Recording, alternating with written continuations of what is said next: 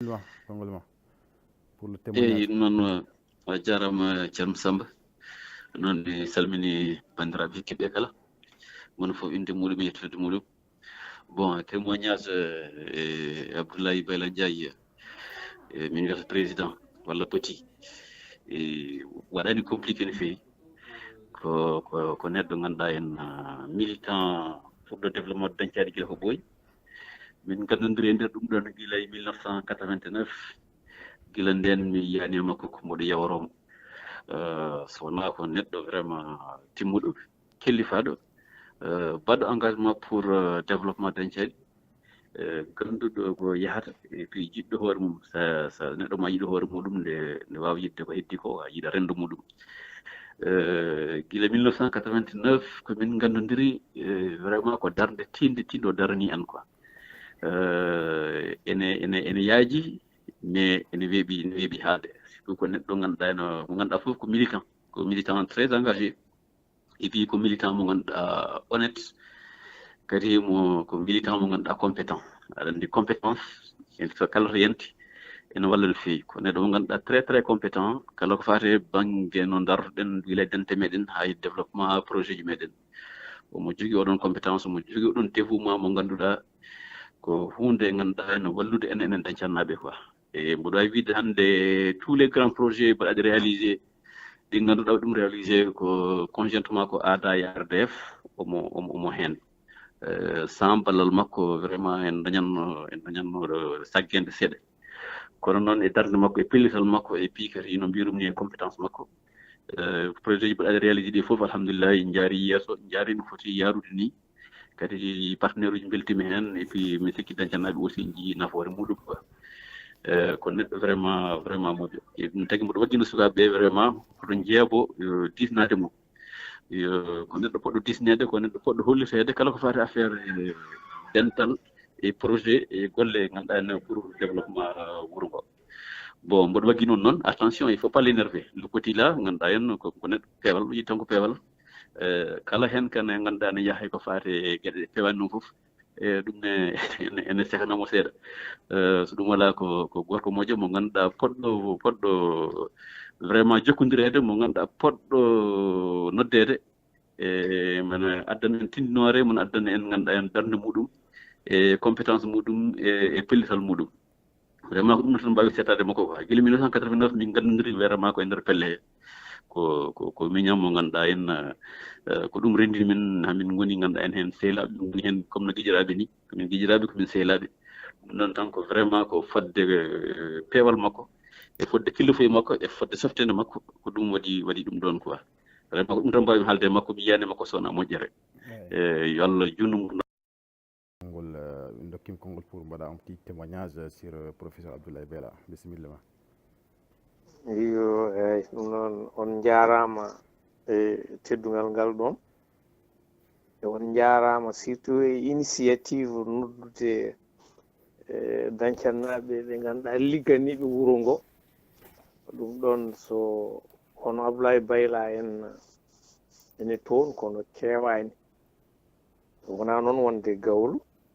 en tant ko mawɗo duuɓi kadi e ɓooyɗo e min tan wonde pelle dañcannaɓe kono Abdoulaye Bayla mboɗo wawi wiide nde Ama Sylla ɓenni min kulino min mbi so en jogorani hebde bawɗo lomtade Ama Sylla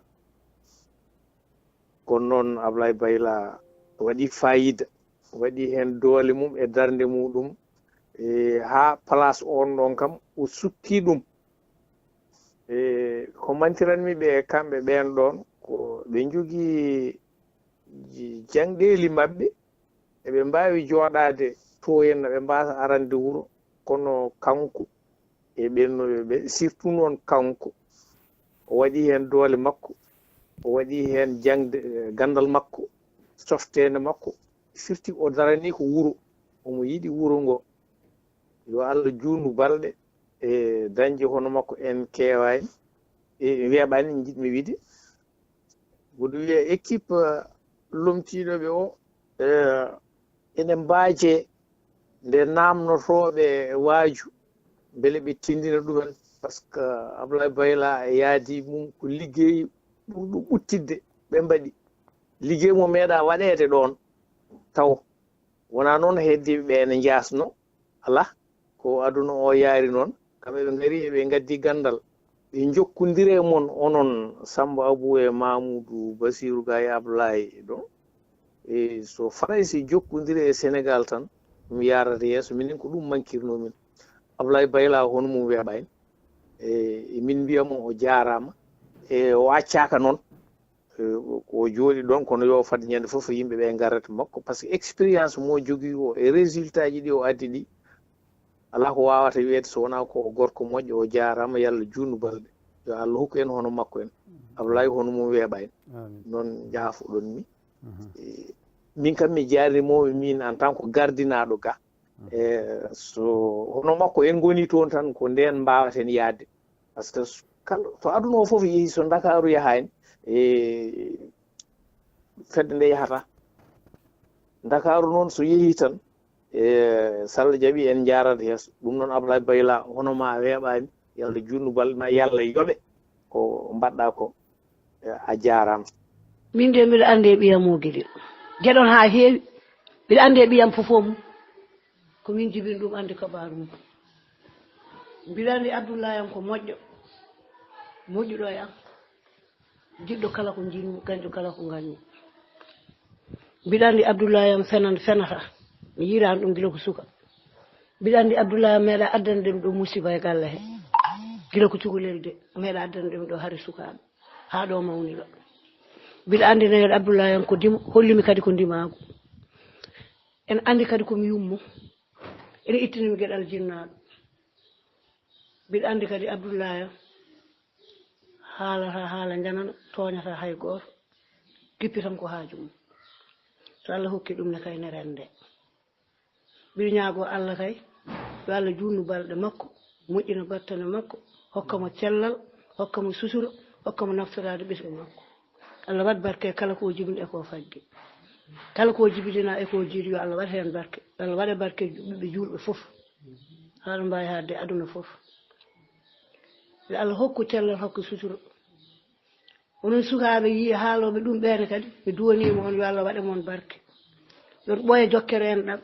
yo Allah hokku on laaɓodirde ɓerɗe e deedi hokku on ɓooyde rendude koye moon jiɗodiron nafodiron juddon balɗe onon kala e julɓe rewoɓe Allah jokkone en ɗam Abdoulaye am ko joom teddungal ko teddinɗomi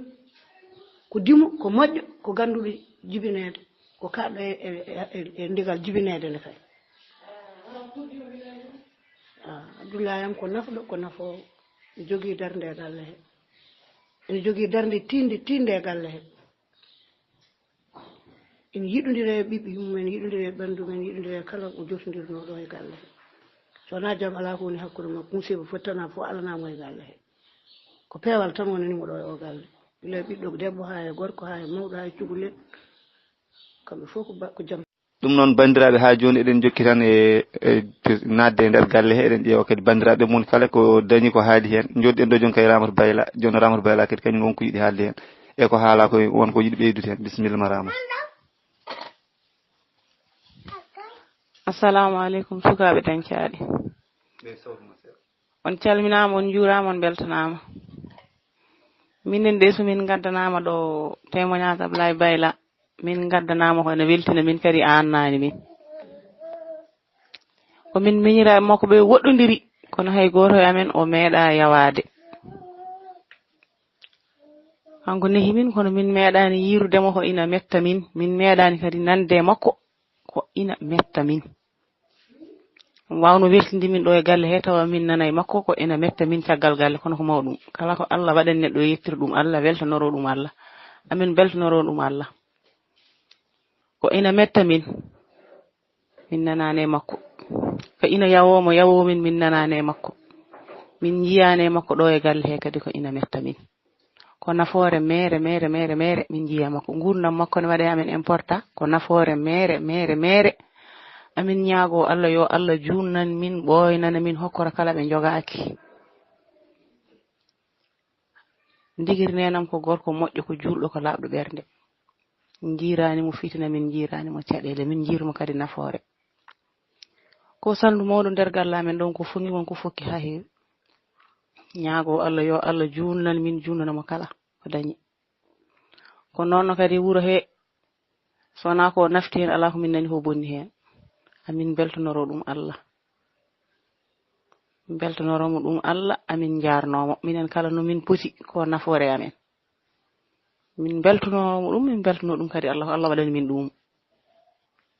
min ñaago Allah yo junnu balɗe moƴƴina battande waɗa hen cellal duumigal min beltanima Allah kadi min beltanima onon kadi sukaɓe dañcannaɓe waɗɓe oɗo groupe ɓe min beltanima Allah min beltanima on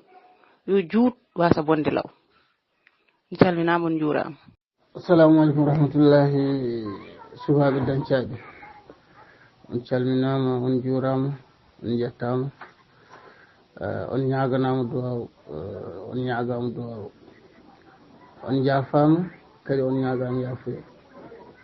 oɗo ko Harouna Bayla Malick Ndiaye dañcaɗe ko yidde wadde témoigner seeɗa e journée o e invité men o hono mawni men Abdoulaye Bayla Malick mbiɗa sikki kam ko neɗɗo haali ɗo fof tawa koko haala tan kadi ko grand moƴƴo hono mum heeɓani kadi ko neɗɗo joom change mo Allah hokki parcours moƴƴo e jangde muɗum e fofof hawoji réussir kadi ko fofof Allah ne rewnumo hen lawol ko wiide on tan kam ko neɗɗo moƴƴo ko cettotono makko o neɗɗo moƴƴo neɗɗo dendaɗo ko dañi jawkal muɗum aduna neɗɗo baɗɗo ouvert kadi neɗɗo mo ganduɗa kala nde gadduɗa e makko haaju ma omo pari waddemo recevoir e yewtidde e ma ko neɗɗo kadi ganduɗo gurdam famille no feewi no feewi no feewi ha wona seeɗa kadi ko neɗɗo jiɗɗo wuuro makko ko jiɗɗo wuuro makko ha no feewi mboɗo ñagonomo Allah yo Allah waɗamo jaam waɗamo julɗo kala dewa Allah jaam yo Allah newnomo moƴƴere enen kala e julɓe fuɗɗima école ko dañcaɗe école dañcaɗe janggumi guila CI ha classe CM2 nde kemmi entré en sixiéme gonmi ɗon jaami ko Matam ɗon janggumi ko troisiéme guila sixiéme à troisiéme nde gummimi collège Matam den taw région Matam wodani ko département wonno kadi alano lycée nde sukaɓe Matam naɓe fof janggo ɓuuri hewde hen janggoyta ko Saint-Louis Ndar donc jaami lycée Charles de Gaulle toon mbanmi seconde ha terminal nde kemmi bac série D ɗo mbami orienté université Cheikh Anta Diop de Dakar université Cheikh Anta Diop de Dakar mbaɗami orienté ko faculté des sciences mbanmi toon ko étude aji sciences naturelles ha kemmi doctorat d' état sciences naturelles Allah e moƴƴere muɗum hokkimi mbaɗami recruté université mbaɗami affecté IFAN Cheikh Anta Diop comme chercheur e mbiɗa waɗa recherche et aussi mbiɗa jangguina to faculté des sciences écologie animal mato e raɓɓinat tan ko ɗum ɗon woni en fait parcours am baɗema jarama e namdal ma fewtude no holno Dakar e ARDF liggodirta liggey entre Dakar et ARDF wona entre Abdoulaye Bayla et ARDF ko entre bureau ADA walla fedde ADA walla section ADA Dakar et ARD France et aussi ADA dañcaɗi mbason yejjide ɗum ɗon par ce que heewi ko watta ɗon so ADA arano dañcaɗi wasana gas hay sinno aussi relation ji ɗi mbayani hakkude ADA Dakar e ARDG walla dañcaɗi naɓe wonɓe Congo walla wonɓe ailleurs hay so wayani no hakkude mabɓe no ARDF wayni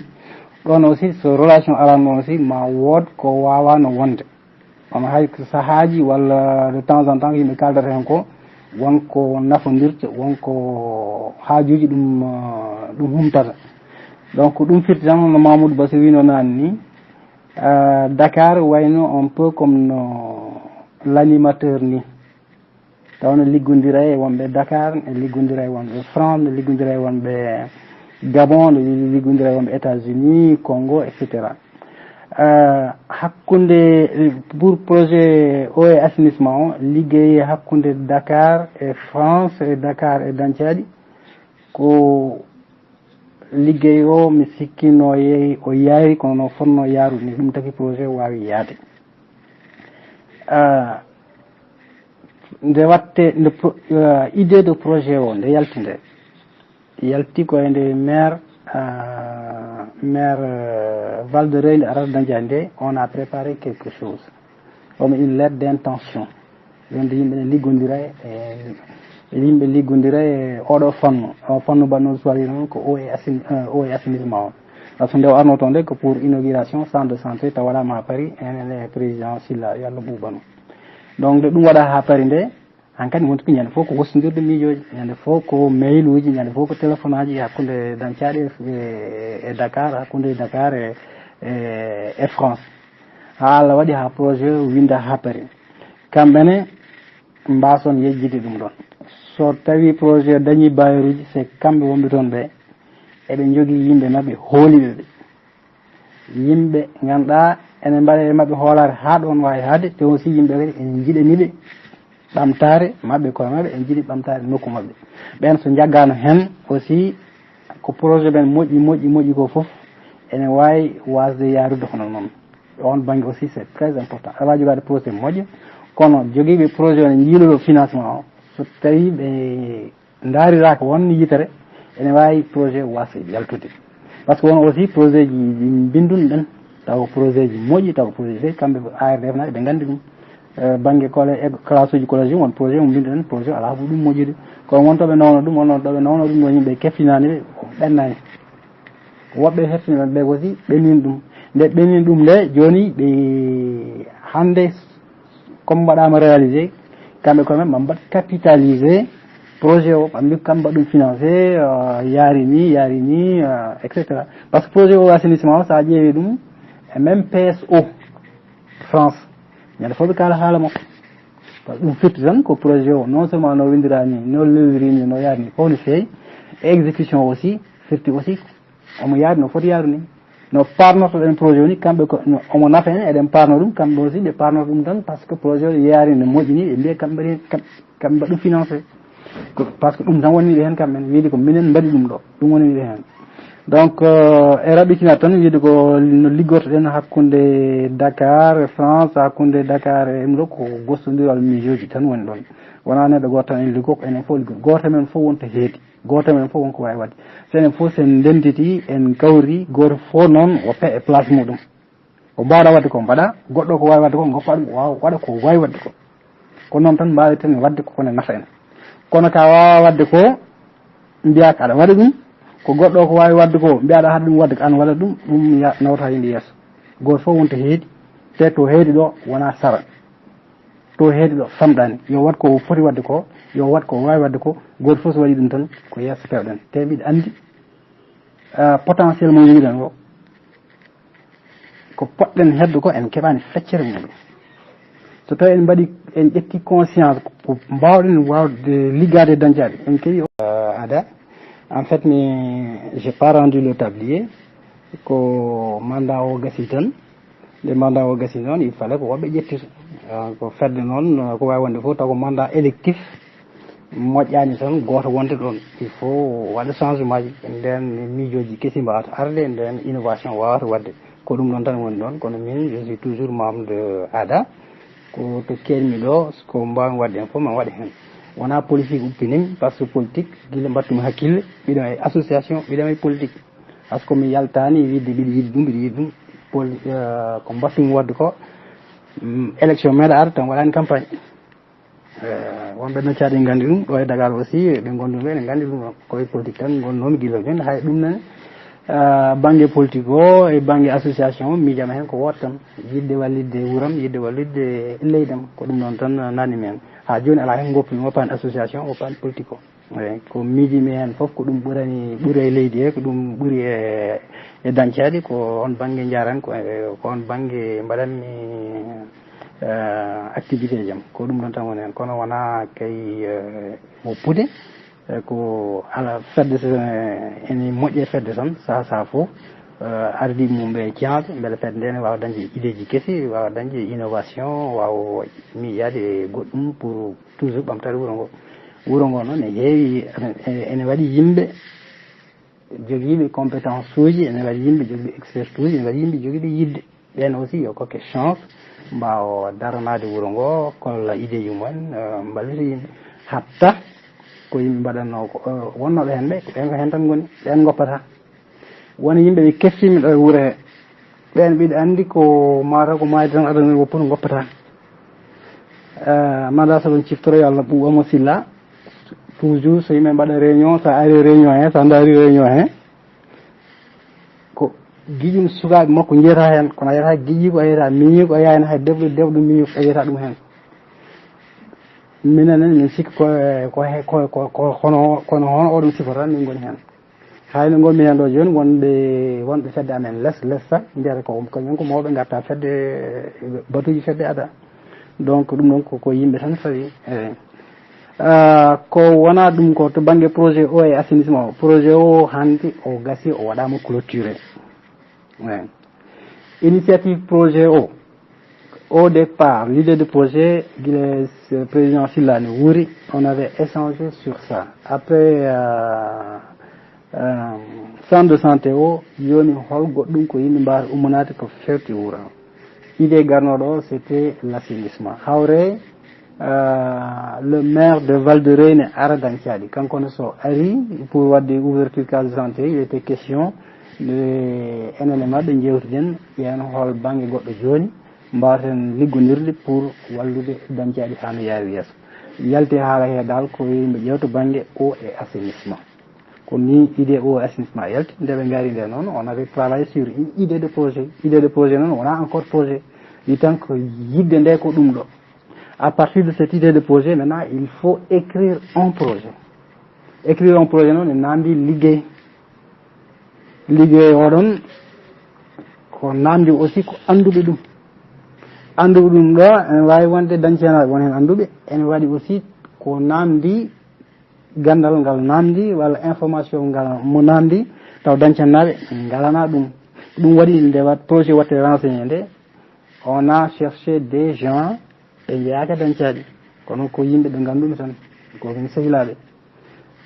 ɓe kolliniɓe ɓe mballi kam hen no fewi ɓe daari hen hano fewi ne wayno hono Baba Sa ne wayno hono Mamadou Mbaye ene wayno hono Justin ene wayno woɓɓe ɓe jaltani nder projet kono de temps en temps somin dañi hen caɗele ede banggue domaine expertise maɓɓe min noddaɓe ɓe mballa min e idée ji ɓe mballa min gandal ɓe mballa min hono yarata ɓeɗon ɓe limtuɗo joni min yaadeɓe ha dañcaji wadde les enquêtes là de terrain au-delà des enquêtes de terrain ne waɗi bibliographie sur travaux ji mbaɗi hono noon bin mbaɗaji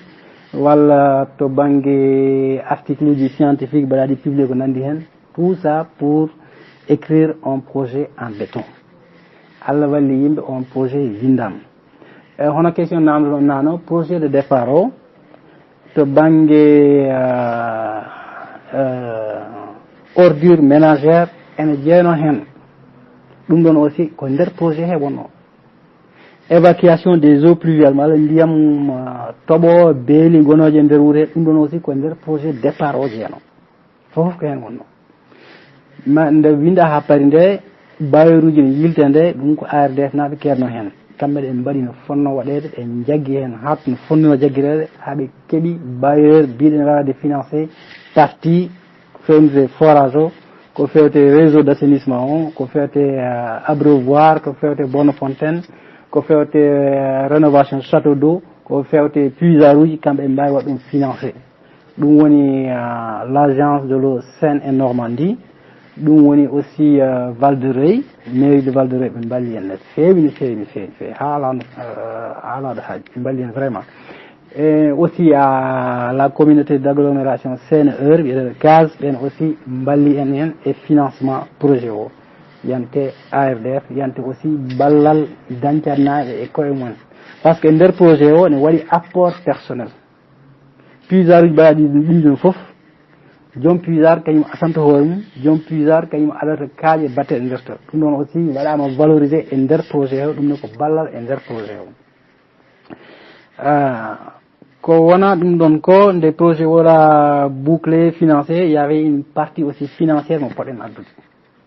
bon ɗum wonno sifri wonno yaari je peux pas en parler ici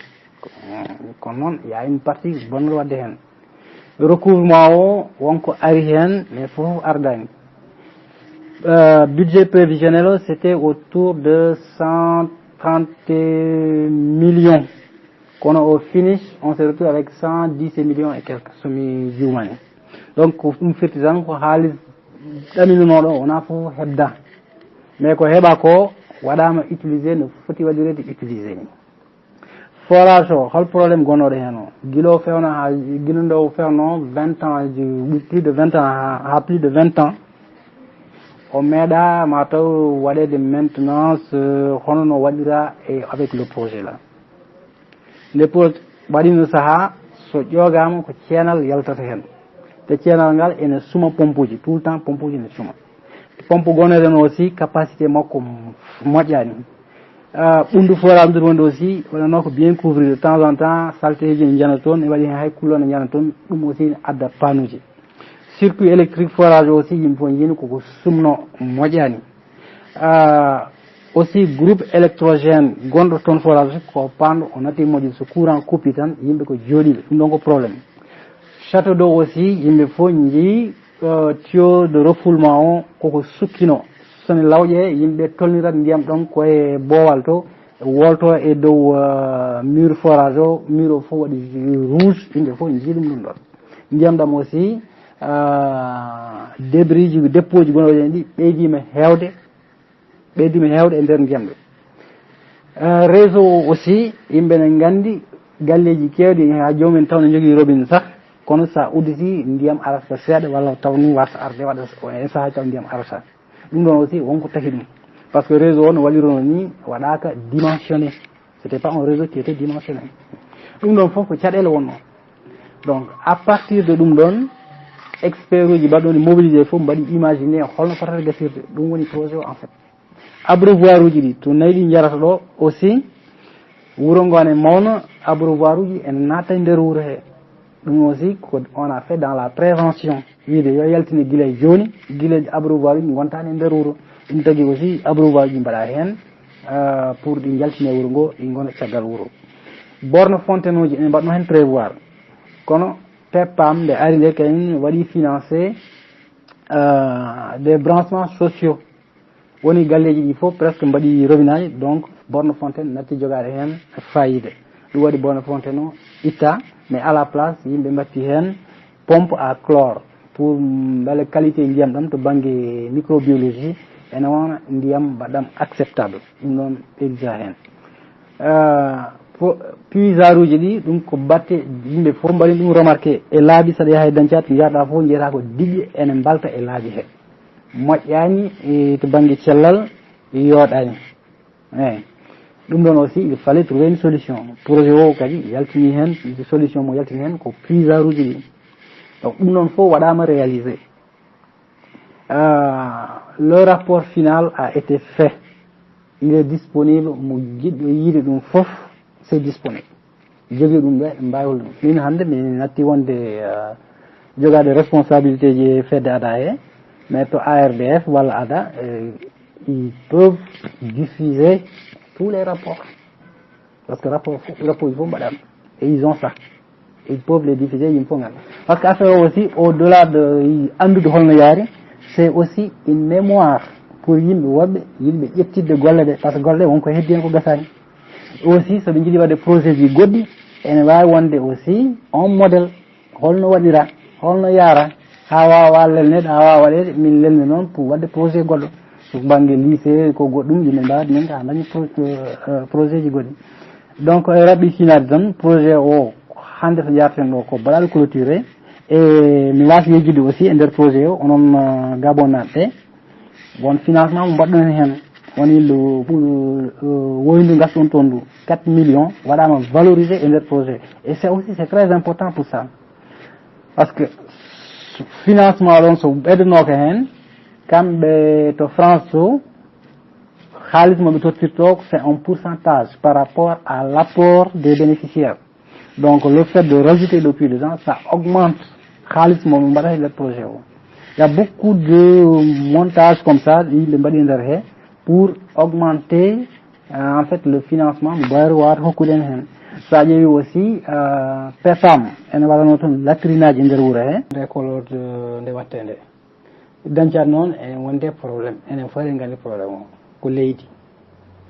hay collége o to waɗa to nawimo toon tan ko yimɓe ndongu dañde aussi to mahimo par ce que ñagaɗo fof wiyata ko hokkani. Ça c'est un gros problème qu'on a. Donc aussi manda so ɗon ciftoro e to ada eɗen joguino projet idée wadde lotissement Danccaji. E nder lotissement o l'occupation de l'espace ene jewano hen holno galleji hasko jomum kañum jeeyi leydi ndi ene wawi waɗede ɗo ko lawol foti wonde ɗo ko jama foti waɗede ɗo ne foti ɗaccanede école ɗo ne foti ɗaccanede terrain de jeu sukaɓe etc. hay so wonti après lotissement jeeyɗo terrain o ne wawi wiide mi yeeya terrain jam ɗum ne wawi wonde kono so tan ko yimɓe jewtidani ɗum ɗon so infrastructure ene waɗe toujours ko probléme sa yiitu commune wiide min cohli école gara taƴani min ɓe mbiyata onon dañjanaɓe leydi mum min cuusa nadde hen jeehe jiidire ko moon to taño fof min mbimin taƴa noon. C'est comme ça que ça se passe. Même centre de santé nde watte nde yimɓe jiil terrain ha tampi donki ko dañi. Même le terrain qu'on avait là-bas on l'avait acheté. De Sorande à Paris aussi, quand on montait le projet, on a montré l'acte d'achat. Il faut une délibération de la communauté rurale à l'époque. Donc on a acheté et ensuite on a demandé une délibération du terrain qu'on a acheté pour pouvoir monter le projet. Donc ça c'est un gros problème. Une nécessité, hande to jarten ɗo wona tan goto fof to ari ñiɓa ɗon galle muɗum par ce que so ɓooyi wuro ngo nattata hoɗade on jii déjà probléme mbalis kalte ɗo to jiyaɗa fof ko salte yimɓe ngala lawol to ndewi pour ittude ɗum yimɓe ngala lawol to ndewi pour nadde galleji. Ça c'est un gros problème. So yimɓe jiiɗi wadde centre de santé donc dañde terrain, so yimɓe jiiɗi wadde école donc dañde terrain, sukaɓe jiiɗi dañde aussi to piiji donc dañde. Ça c'est une question importante, une question centrale ganda yimɓe foof ne poti wadde ɗum discuter to dañjeade ɗum. Adduno idéji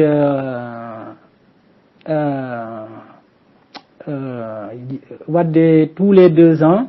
les rencontres citoyennes de Danccaji, c'était justement des questions comme ça.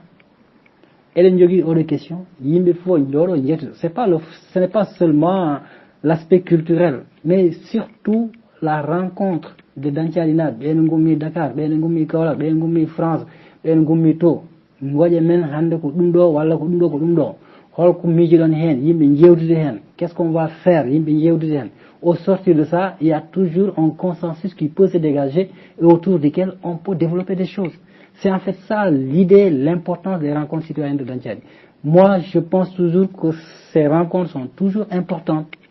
Oui, l'objectif reste toujours ça. Évidemment, la culture, c'est toujours quelque chose d'important aussi, qu'on ne doit pas oublier. Donc, c'est un problème qui mérite qu'il faut une jordan. Parce que les guézédés, on dit le loin, on est dit, donc, jom les et sohlaaji wuro ngo fof foti yewtidede ha ande holno joom ngesa ba wawi tokkude en taw wontana ɗum tampere fof to fannu muɗum min to jaarumi banggue recherche ko français wiyete ko entomologie et entomologie wona entomologie ɓolo tan ne waɗi écologie aussi mais écologie waɗi ko fewti koye banggue insecte uji mi anda holno fotata wirade wiyetede pular an ko wayno tenke en kowoje en muuƴi en ko nandi hen ɗum ɗon sa yi aduna o waɗi ko kullon waɗi ko leɗɗe ko gurdam yimɓe fawi to banggue ñamdu mumen koye kullon he e koye leɗɗe he kowoje ɗene kañumen e ñamata koye leɗɗe he ene waɗi hen kadi insecte uji ñawnata ko jawdi ndi yimɓe ñamata ndi enen wayno enen yimɓe ɓe ɗen mbaɗa on entre en concurrence avec les insectes donc sa yiɗi habde e maɓɓe il faut ganda holi kamɓe taw so wonti ko banque bonno ko woji bonnoje ɗen ene woodi façon aussi insecte uji goɗɗi wona bonnoji ene jogui kadi importance e gurdam meɗen sa ƴeewi joni ko wayno wone leɗɗe jibinoje so kowoje ngala so insecte uji ngala ɗiɗon leɗɗe mbawata jibininde par ce que fécondation ji majji ɗoɗi jibinirta ko insecte uji ɗi tagi jibinta donc oɗon banggue aussi ɗiɗon insecte uji en poti andede ganda holno waɗirta fonctionné pour ha ɗeɗon leɗɗe mbawa ɗede protégé walla ha mbawa jibinde no foti jibinirta ni aɗa andi kadi aussi sa ƴeewi aduna o no sifori ni kullon kon foof no poti e aduna he kowoje ɓuuri hen hewde foftere nde ene wayno 80% des espèces ɗi ganduɗa ene ganda e aduna he foof ko kowoje ɗe hen gaddata ko ñawuji ɗe hen ñamata ko leɗɗe ɗe hen gaddata ko leɗɗe wawde wurde ɗe hen aussi takata ko wayno leɗɗe en ko wayno manam ko wiyete litiére français so saami leydi kamɓe tan mbawi ñamde ɗum ha mbatta ɗum leydi te ɗum so wattaka leydi aussi huuɗo nattat fudde leɗɗe nattat fudde donc avec ko probléme donc ɗum ɗon foof so yimɓeɓe gandanani ɗum mbawata wadde protégé environnement mumen mbawata wadde protégé ndema mumen mbawata wadde protégé santé mumen donc so wiyama entomologie ko o taki ƴettumi spécialité biologie animale mi heftinani holi kanko Allah jarama o jarama en réalité nde kemmi bac nde jinnomi wadde ko agronomie il s'est trouvé que oɗon année INDR oɗon waɗanno formé ingénieur uji agronome Sénégal oɗon année udda mi wawani wadde ɗum ɗon finalement on m'a orienté en sciences naturelles sciences naturelles aussi ça faisait partie e matière ji ganduɗa ɓiɗo samorno hen eyyi kono nde janggamɓe nde mi arani tan kam e hakkillam tan ko ɗum ɗo jinmi wadde walla ɗum ɗo jinmi wadde au départ kam ko yalti agronomie o ko heddi ko kam mi janggat tan ɓiɗo yaha à un certain moment aussi nde min keeɓi maîtrise nde jinnomi wadde ko biologie végétale en AEA ɗon aussi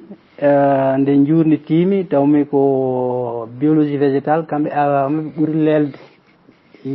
wadde ɓurata wadde temps pour wadde ɗum par ce que kamɓe presque anen wornoɓe mbaɗata AEA maɓɓe alors que biologie animale en 6 mois ko hen ɓe mbaɗata AEA maɓɓe donc comme ɓe to leeli yaltinde liste uji mumen biologie animale yaltinde liste mum ɓe ƴetti kam hen mbimi yon waɗ biologie animale lawol gotol biologie animale aussi nde ƴettumi ɗum nde min mbaɗi AEA ha Paris mi yeehi ha DEA emin mbaɗa stage uji amen jami IRD waji goto wine ƴettami toon ko kanko il travaille sur les moustiques waɗoɓe transmettre le paludisme kanko on wi kam il est d'accord il va en prendre en stage mais il faut que j'attende un peu parce que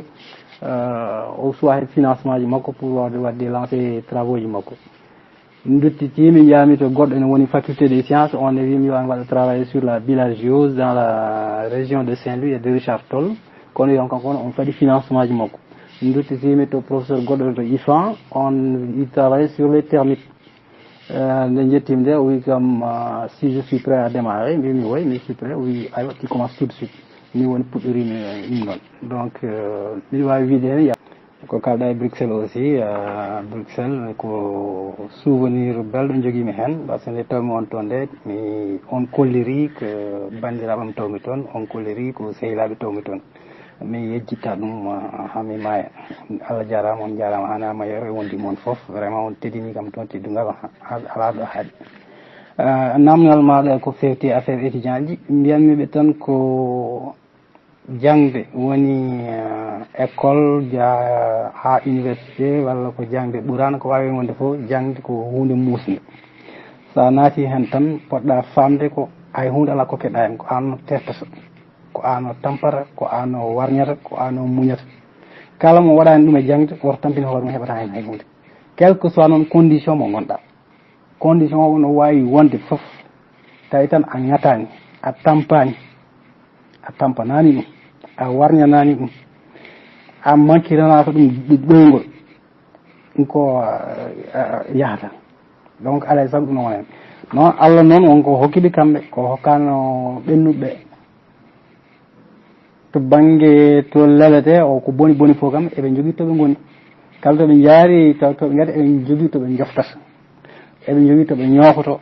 ɗum ɗon ko c'est en plus ɓawɗo walludeɓe e noɓe jangguita ha no boti janggi par ce que ɓe ƴeewi hayɓe ɓe gondi hande to université ɓe hewɓe ngala koɓe jokki ko hewɓe ene waynoma taw ene so keeɓino kono ɓe jogui ko mene wayno jeeta probléme aji mo fof mbaɗi réglé minen ndomin gonoɗo nde bon Allah hokkani min chance dañji hono ko wayni hon noon kono aussi won yimɓe wonnoɓe ɗo e nder Dakar ene ñooki min e koye mumen ene mbaɗi min accepté ko men ko metti ko foof ene mbaɗi min accepté e koye mumen ɗum no aussi ko yettere Allah emi kadi j'en profite ɗo pour wiide ɓen Allah jarama ɓe jarama e toɓe kedno min e oɗon saaha ɗo weeɓano noon weeɓanani hay goto kono noon tawde ko janggoɓe ko metti ko foof won ɓennoɓe won dañoɓe mbiyamiɓe tan kamɓene yoɓe mbi koye mabɓe e ɓennoɓe ɓe ko hen ɓe jeeya Allah hokkiɓe chance won chance aussi mo Allah hokkiɓe minen min keɓani ɗum sa gari min gari nde presque université dañƴaɗi wonnoɓe ɗon mawɓe min wonnoɓe ɗon fof taw jeehi min ngala ɗowoɓe kamɓe noon eɓe jogui ɗowoɓe to banggue étudiant ji ardiɓiɓe eɓe jogui ɗowoɓe aussi to banggue rewnoɓe ɗon taw ene mbaɗi accessible noon to université ɗo yo ɓe mbawi yettade ɓe ɗon ɓe disno ɗumen ɓe namdo ɗumen conseil aji ha ɓe mbawa yaltude hen no ɓuuri e dow mabɓe ɓe sikki chance uji mabɓe ko ɗum ɗon won yimɓe nan ɗo rewnoɓe ɗon ne gandi caɗele goni hen gonɗe hen ɓe en ƴeewa walludeɓe beele caɗele ɗe hani gusto won yimɓe aussi wonɓe ɗo mbawɓe holludeɓe lawol ɗum ɗon ne sikki ko chance uji mawɗi ɓe jogui oɗon chance noon otoɓe duppu ɗum yoɓe ƴeew wadde hen profito pour haɓe mbawa janggude jangde normal université ko jangde tan woni toon ala neɗɗo ardata université hodde toon par ce que won wonɓe université no gon toon duuɓi sappo e joyyi ɓeɗon gande yaltude université ɓen jamma ñalam ko université tan grève uji nantaɓe foof ɓuuri hen hewde koye ɓeɗon ɗakkilɓe hakkillaji men foof fo ɗumen tan min komi étudiant noon ko saaha tan saaha daɓɓo foti wonde gara keɓa diplôme maɗa sa yalti jaaha jeeɗoɗa liggey ko ɗum pour namdal ma ngal ada wona ene wawi taw Ablaye Bayla wonko waɗi hen kono wona Ablaye Bayla tan ça il faut yimɓe aussi paama ɗum ɗon c'était une équipe ko waɗi he ko ɓuuri wadde min marqué activité ji mbaɗaɗi réalisé ɗe y a le centre de santé o waɗimi hen marqué c'est surtout la proximité que j'avais eu avec Amadou Sylla mi andanoma ko ɗo e Dakar gandumom taw presque am watti liggade ɗo min gandude vraiment teno min gandudeni koye affaire dañcaɗi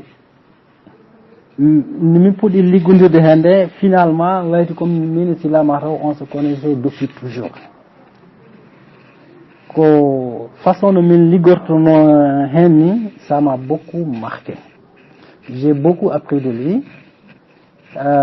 et aussi sa façon de faire yidde makko e dañcaɗi e no ŋatiri pour projet waw yarude yeeso so yiya hon hunde ko ɗeɓi wadde blocage no sirninirto no darorto pour wadde ɗum débloqué pour wadde avancé ça m'a beaucoup marqué j'ai beaucoup aimé ça et mi sikki aussi ça déteint un peu sur moi Mamoudou Sall ne haalano nane Ablaye Bayla ene way ko ndena woton cefnudemo to banggue ko liggoɗon c'est vrai que je suis quelqu'un de nerveux quand somi wone liggade hunde miɗon ki yo waɗ avancé mala wonko watten bloqué je suis un peu contrarié ɗon je l'avoue c'est mon point faible. Avec Sylla, j'ai beaucoup appris aussi à me maîtriser de ce point de vue-là. Parce que mes nos libertés donc, le centre de santé, c'était vraiment le premier projet d'envergure de réaliser au niveau de l'association. C'était un objectif pour Minen Fofnon, du départ association. Parce qu'au départ, fête de Danciadi, mon donc, jeunesse. wonoɓe ɗon ɓe eɓe mbaɗi eɓe darino darde tinde e saaha mabɓe so pelle ne kaale so pelle ene limte so pelle ene ñembe fedde dañcaɗo ko hen jeeyano ɗum noon saabino ɗum ko mbaɗanno golle ɓe gollanno kono noon minen nde min gari nde min jii ko eɗen mbawi wadde ko ɓuuri ɗum ɗon eɗen mbawi duutude ɓuuri ɗum ɗon mais c'était pas évident par ce que pamodiral ngal alano wonti ko seesa yarete avec méthode avec stratégie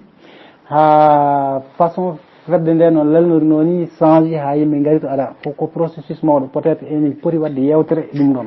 ha yimɓe fof ganda aɗa holno ardi holto fuɗɗori ha yettiti ɗo mi sikki yimɓe hewɓe ganda ɗum soɓe gandi ɗum ma wood ko nafi e dañcaɗi so dañi saaha wadde yewtere ko fewi toon banggue maɗum nafta maɗum nafta no fewi mais ko so natti centre de santé o ko projet eau et assainissement. Projet eau et assainissement, j'étais, si vous voulez, un des acteurs principaux de ce projet. Ça aussi, ça m'a beaucoup marqué. De yettunomi association au fond de moi, miijinomi ko oɗo projet so Allah newni ha waɗi aboutir, moi je vais arrêter d'être à la tête de l'association. ɗum ko hunde pinnomi e ɓerdam. Allah newni projet o waɗama financé waɗama exécuté ha wonde rapport final waɗama déposé ɗon e wayno ko no jiirunomi ni ko noon Allah hokkiri kam ɗum noon Allah miɗi yetti hen Allah ha no fewi. Goɗɗum ko jinnomi hen komi heɓani vraiment ɗon kam mi heɓani ɗum c'est que sukaɓe ɓe soɓe mbaɗino accompagné min accompagné won woɓɓe gondunoɓe hen kono presque o classe amen Moussa Sy en Alassane Diallo en on est tous ensemble. Il y avait aussi d'autres gosses qui étaient avec nous, on est Djibril Diallo, Aliou Konté et d'autres. Kono won woɓɓe ɓe jinnomi takko min ko min mbaɗata ko taw ɓe jangga hen so min jeehi taw kamɓe mbawa wasa wadde rupture, il va y avoir une continuité. Kono mataw no yiɗirno ni yarani hono noon kono ha joni wuuri tan kono rufaki ƴettirɓe ɗum aussi je sais que c'est des gens qui sont compétents ko yimɓe ganduɗa ene jiiɗi wuuro ngo hunde fof ne jarniɓe hen te mbiɗa andi kadi soɓe mballitama ma en keɓ ko heewi walliddeɓe noon wona ɗalliduɓe hen tan wiide oɗon mbaawi oɗon kon katanteɓe ma on mbaɗ wona noon walliddeɓe ko goto foof to heedi goto foof ko wawi wadde waɗa beele ma ɗum wawa yarude yeeso et raɗitinade tan projet centre de santé ça m'a beaucoup marqué surtout façon no le liggorani avec Silla projet eau et assainissement c'est juste comme une sorte de confirmation. Ça aussi, ça a été une satisfaction personnelle pour moi. Yimɓe ɓe liggodimɓe ɓe aussi et projet o c'est des gens là, c'était très agréable de travailler avec eux. C'était très agréable de travailler avec Moussa Sy. Il s'est beaucoup donné dans ce projet-là. C'était très agréable de travailler avec Alassane Diallo. Il s'est beaucoup donné dans ce projet-là. C'était aussi très agréable de travailler avec tous ces jeunes qui étaient avec nous, comme Aliou Konté, comme Djibril, etc. C'était vraiment très agréable. Il y a eu des liens très forts qui se sont tissés entre nous. Et ça, c'est aller au-delà de l'association. Et ça m'a beaucoup marqué. C'est la même chose avec Wombe ARDFB. Aussi, au-delà du projet, on a réussi à tisser des relations. Il y en a qui vont au-delà de l'association. C'est quelque chose qui m'a beaucoup marqué. Mahmoud Bassissal, Minganourik dans le cadre associatif. Et là aussi, c'est pour ça que je vous dis que c'est important de faire l'histoire de Ada. Parce que depuis qu'on est jeune avec les Mamoussal, on a travaillé sur ça. C'est justement ça qui nous a réunis. Aujourd'hui, les rencontres citoyennes de Dandiade. Les rencontres citoyennes de Dandiade, on peut dire il y a eu avant ça, il y a des choses qu'on faisait à Dandiade avec presque rien du tout. Mais avec tout ce qu'il y a autour. Pour le projet au assainissement ko parti mo waɗano ko financé o effectivement no mbirɗani ko noon ɗum sifori parti oɗon waɗama renseigné so tawi won yiɗɓe ƴettidde projet o ne jiilowo no ɗum financement ha waɗe réalisé, c'est disponible. Jawmumen en mbawi ummonade ɗum ɗon. Min Ablaye Ndiaye en tant que dancadinaji, en tant que membre de l'association, mi sifnoro yimɓe, mi wona natti wonde président kono je suis toujours membre de l'association. Donc so association wonto sohlimi e ko mbawmi, so Allah jaaɓi mami darata ko mbawmi ko. Ɗum woni ko mbiyannomi nane. Wona wonde président tan walla wonde bureau firti a joganta ko wuuro ngo nafoore. Goto e men fof wonto heedi, goto e men fof wonko wawi, goto fof to heedi ɗo so waɗi ko wawi ko tan ko yeeso pewɗen, yeeso pewɗen. Ko mbawmi wadde ko wawde kono so banggue expérience tan walla so banggue expertise e banggue aussi joganade men ɗum jot. So tawi mbiɗa wawi wadde ɗum hay batte ala ko callantomi hen. To gonnomi hanki e gon ha hande ko ɗon tan gonmi mi iwani ɗon. Au delà de projet oɗon o e assainissement parti mo waɗa kon, hande dancari en jogui défi ji goɗɗi aussi ɗi poɗɗen ummanade. Lycée gouvernement wawi waɗande en lycée kono wona du jour au lendemain enen aussi en mbawi darade en mbaɗen gomen lycée Patam Lamo. C'est accessible ko hunde nde mbawɗen wadde, te aussi meɗen mbawi wadde lycée mo ganduɗa yimɓe fof Sénégal fof ne yeeɓa mo. Ça peut être un challenge pour nous. Ça peut être aussi un point de départ pour la nouvelle équipe qui est là. So ɓe ƴetti ɗum ɓe mballita ɗum en wawi wadde ɗum réaliser.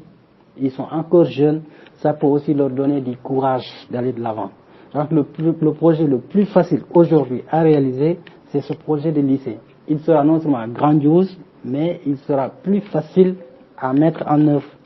Il sera plus facile de lui trouver un financement.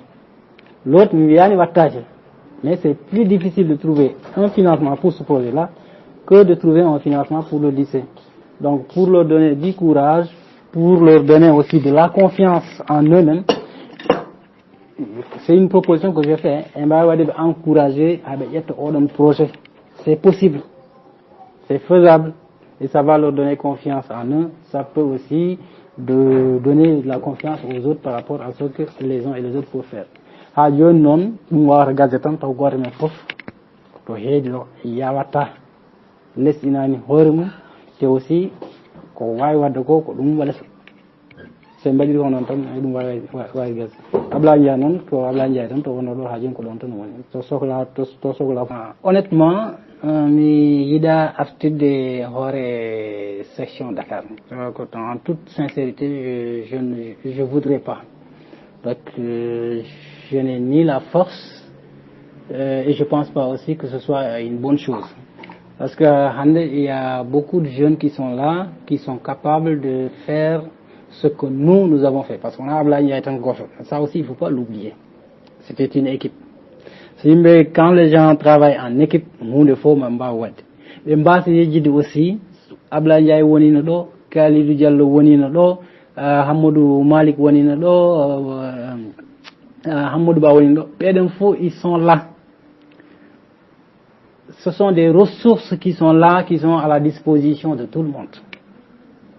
Kala jiddo wadde hen ko feewi ene yakori ɓe somi yehi toon e mbawi lijitandemi ɗum ɗo e mbawi holludemi ɗum ɗo e mbawi holludemi ɗum ɗo, ils sont disponibles. Il faut en profiter. Il ne faut pas faire des pas en arrière. Mais moi personnellement, expérience mon yogi mon kemnu me adao, cette expérience est à la disposition de l'association. Je suis prêt à participer à tout ce que les gens me demandent de faire par rapport au développement du village, par rapport aux activités de l'association. Fawi non koy e so mboɗo wawi wadde mi wiyanta on mbiɗe waɗa ɗum ɗo tan wawata wadde hande wonto tolni wonko mbawmi wadde wonko mi wawa wadde mais ko mbawmi wadde ko mammi waɗ ɗum ha timma. Mi ñagaki noon artude ha e wonde il faut Ablaye Bayla ƴettide association o mi ñagaki ɗum ɗon vraiment mi ñagaki ɗum ne hefto en mbiɗa andi ko won wonɓe ɗo ene mbawi jogade association wonnoɓe association ɓe aussi ha joni comme min ene mbawi wallidde et ma mbalit aussi ma mbalit. Le plus important pour moi, l'association va continuer, mais s'il y a des activités ponctuelles, précises, il y a Ablaye Bayla et Minchokuluma, non. Mami Darohen. Comme je ne veux plus diriger l'association. Je ne veux plus avoir de responsabilité. Parce que je ne peux pas. C'est juste ça, en fait. Si je pouvais, j'allais le faire. Malgré les quelques difficultés que ça peut avoir. Parce qu'au-delà même de ma présence, ou aussi, fait de mots, on a bien sans jouer. Yimbe hes bengara, idéji kesi ngara. Hatta expérience fait d'autres toujours ne houtere. C'est ça le plus important. Ils sont accessibles. Expérience expertise c'est ça le plus important. Il ne faut pas gommer, il ne faut pas oublier la mémoire de l'association. C'est ça le plus important. Parce que il capitalise tout ce que l'association a fait. Président Ada Hando, quand l'association Ada Wano, association Ada Wadi, Véraki Ablaye Ndiaye, Véraki Amasila, Véraki Ada. Quand on est président Ada, c'est comme ça qu'il faut voir la chose. Donc, il faut aussi tracer du monde ngodi, document du monde ngodi. Si on va documenter aussi, on dit non aussi, entourage, ils vont aller de l'avant. Nous tous, nous allons aller de l'avant. L'autre chose aussi, il ne faut pas qu'on l'oublie. Nous sommes ardés, firtani fof boni kanko woni fof. Enen hufbe mbe aussi, eden pori wallude mo hakkillaji, eden pori wallude mo doole, eden pori wallude fof pour waaw ligade. So dum arani aussi yaata. C'est min sikki tan affaire for wonde ko équipe. Affaire for wonde ko haaji yimbe fof ko non tan waawete gesse. Wona katante neddo go tan walla dum do ko enen fof poti jaggude hen so Allah jabi ma fof yaaw yes. Eden jigi potentiel o eden jogani dum peeje de fof sen jiti la bonne stratégie rek tout va bien se passer inchallah. Pour projet ji wuro ngandi eden jogino enen fof projet ji ngumni dan di mbala réaliser taw. Donc be siki association ko continuité tan wana gardinolo section wala gardinolo association change tan ko projet ji il faut changer. Jiyande de façon on way changer kono ngojaji di ha jon ko di ngojaji meden di changeani yidde ni joginden hen de ha jon ko don yidde tan don changeta. Donc di don projet mi sikki ha joni important ko pudum ko adi fof projet o assainissement en kali dum non won partie gonno hen ko wayno bangi ordure ménagère uji di ko wayno évacuation ndiyam tobo gono jam der wol dum non fof c'est d'actualité. Et aussi hande yimɓe kala hala changement climatique, adaptation, etc. C'est le moment de profiler ce projet-là autour de cette problématique de changement climatique et de l'adaptation. Voir hol bayeruji baɗo waɗen financé oɗon banque jaltinen ɗum. Projet Godo, aujourd'hui, avoir un lycée à Dandiali. On a sur le papier, on a un lycée, on a un lycée. Il y a la construction d'un lycée digne de son nom avec les équipements qui vont avec. On peut le faire et on peut faire mieux encore en faisant un lycée adapté à notre environnement, un lycée avec des équipements qui répondent aux normes d'un lycée. Et aussi, façon de on peut imaginer une façon de construire. Il y a énormément de choses qu'on peut faire. Et je pense que ce projet de lycée, ça peut être un excellent projet pour la jeune équipe qui démarre. On avait aussi un autre projet sur un centre polyvalent à Dandiadi. Moi, ce projet-là, il reste toujours un projet important pour moi. S'il est partagé, il faut un projet et aussi bien lancé, bien étudié, parce que c'est quelque chose d'extrêmement important. On dit que Jonas Zik Sugamen qualifié phase finale départementale matin demi-finale. Si on a un centre de cette nature, même une équipe à Dantia très solide, elle va entraîner l'homme. On a football temps. parce que ko centre polyvalent mbiɗen sport uji kewɗi taw sukaɓe ene jogui hen potentiel mum enen mbawi men dañde hen sakka kene wurno ɗumen ha enen mbawi wallide dañcade ha en de grande star ne wawi yaltude ɗon hay ɓe jeeya dañcade sakka ne mbawi ɗon mbaɗon entraînement mumen et cetera. Goɗɗum ɗum e nder centre polyvalent aussi sene waɗi hen un centre de conférence pour la région de Matam jogui des séminaires mum jogui ɗum ɗo fof ne wawi arde ɗon par ce que il y a le confort, il y a les salles de conférence, il y a les chambres d'accueil, il y a restaurant et tout ça ene wawi wonde. Les gens de passage aussi en jiiɗi ande so jippi c'est 2 jours 3 jours ene mbawi arde ɗon aussi, ça va faire travailler des gens, ça peut ramener de l'argent. Et goɗɗum wona ɗon tan centre haali, il y a énormément de choses qu'on peut. Je pense aussi ça c'est quelque chose d'extrêmement important, c'est un outil important de développement des villages, mais au-delà des villages de la région, et c'est aussi quelque chose qui peut aussi créer des emplois au niveau de Dandiadi. Donc, ce projet-là, même au sein du gouvernement du Sénégal, on peut arriver à décrocher un financement pour ce projet-là, mais il faut bien le travailler. Donc projet Djidi et Key et Dimbaïne, il y a aussi au niveau environnement, il y a aussi des choses qu'on peut imaginer. Aujourd'hui, autour de Dantiadi, Hombo, Gareabe, Dantiadi, Lambango, Taro, on peut créer une sorte de réserve, bois villageois. Au niveau des bois, il y a des animaux, des animaux locaux, voilà, même, je le vois, on peut même introduire des lions et tout ce qu'on veut. C'est un lieu touristique. Au niveau de toute la région, il y a des lions, il y a des fauves, voilà, on a de disparaître dans des zones, et pas à protéger derrière, soit que l'aide de chafforter, et voilà, tout ça, ça peut attirer des touristes. C'est aussi préserver la nature. C'est une préoccupation du gouvernement, c'est une préoccupation au niveau international. Là aussi, si on trouve la bonne approche, on peut avoir aussi un financement. Il suffit juste de vouloir aller de l'avant, de réfléchir, d'aller vers les gens qu'il faut pour trouver les bons financements et avancer. Donc voilà quelques idées de projet. Déjà sont en change. Classe de école primaire, probablement déjà au arrive au monde. Ça dit classe de classe ko ennemi ñet. Donc on va comme le Django raconte. Ko adi fof min kam ko mbaɗanmi conseillé dañcaɗi naɓe oɗon banggue eɗen jogui école 2 o école 2 o classe uji kewani toon école 1 kam joni presque o heewi classe uji jarani wiɗen ma toon classe ko kiɓɓol to won ɗo mbaɗe toon classe uji sakketaji par ce que hunde fo yo waɗe stratégie a wawa made classe mbaɗe classe uji sakketaji yimɓe mbawi wadde ɗum ɗo hande gouvernement o hamminni ɗum hamnata ɗum yimɓe mbaɗi ɗum attaqué e wiyeede ene waɗi des abris provisoires mbaɗe abris provisoire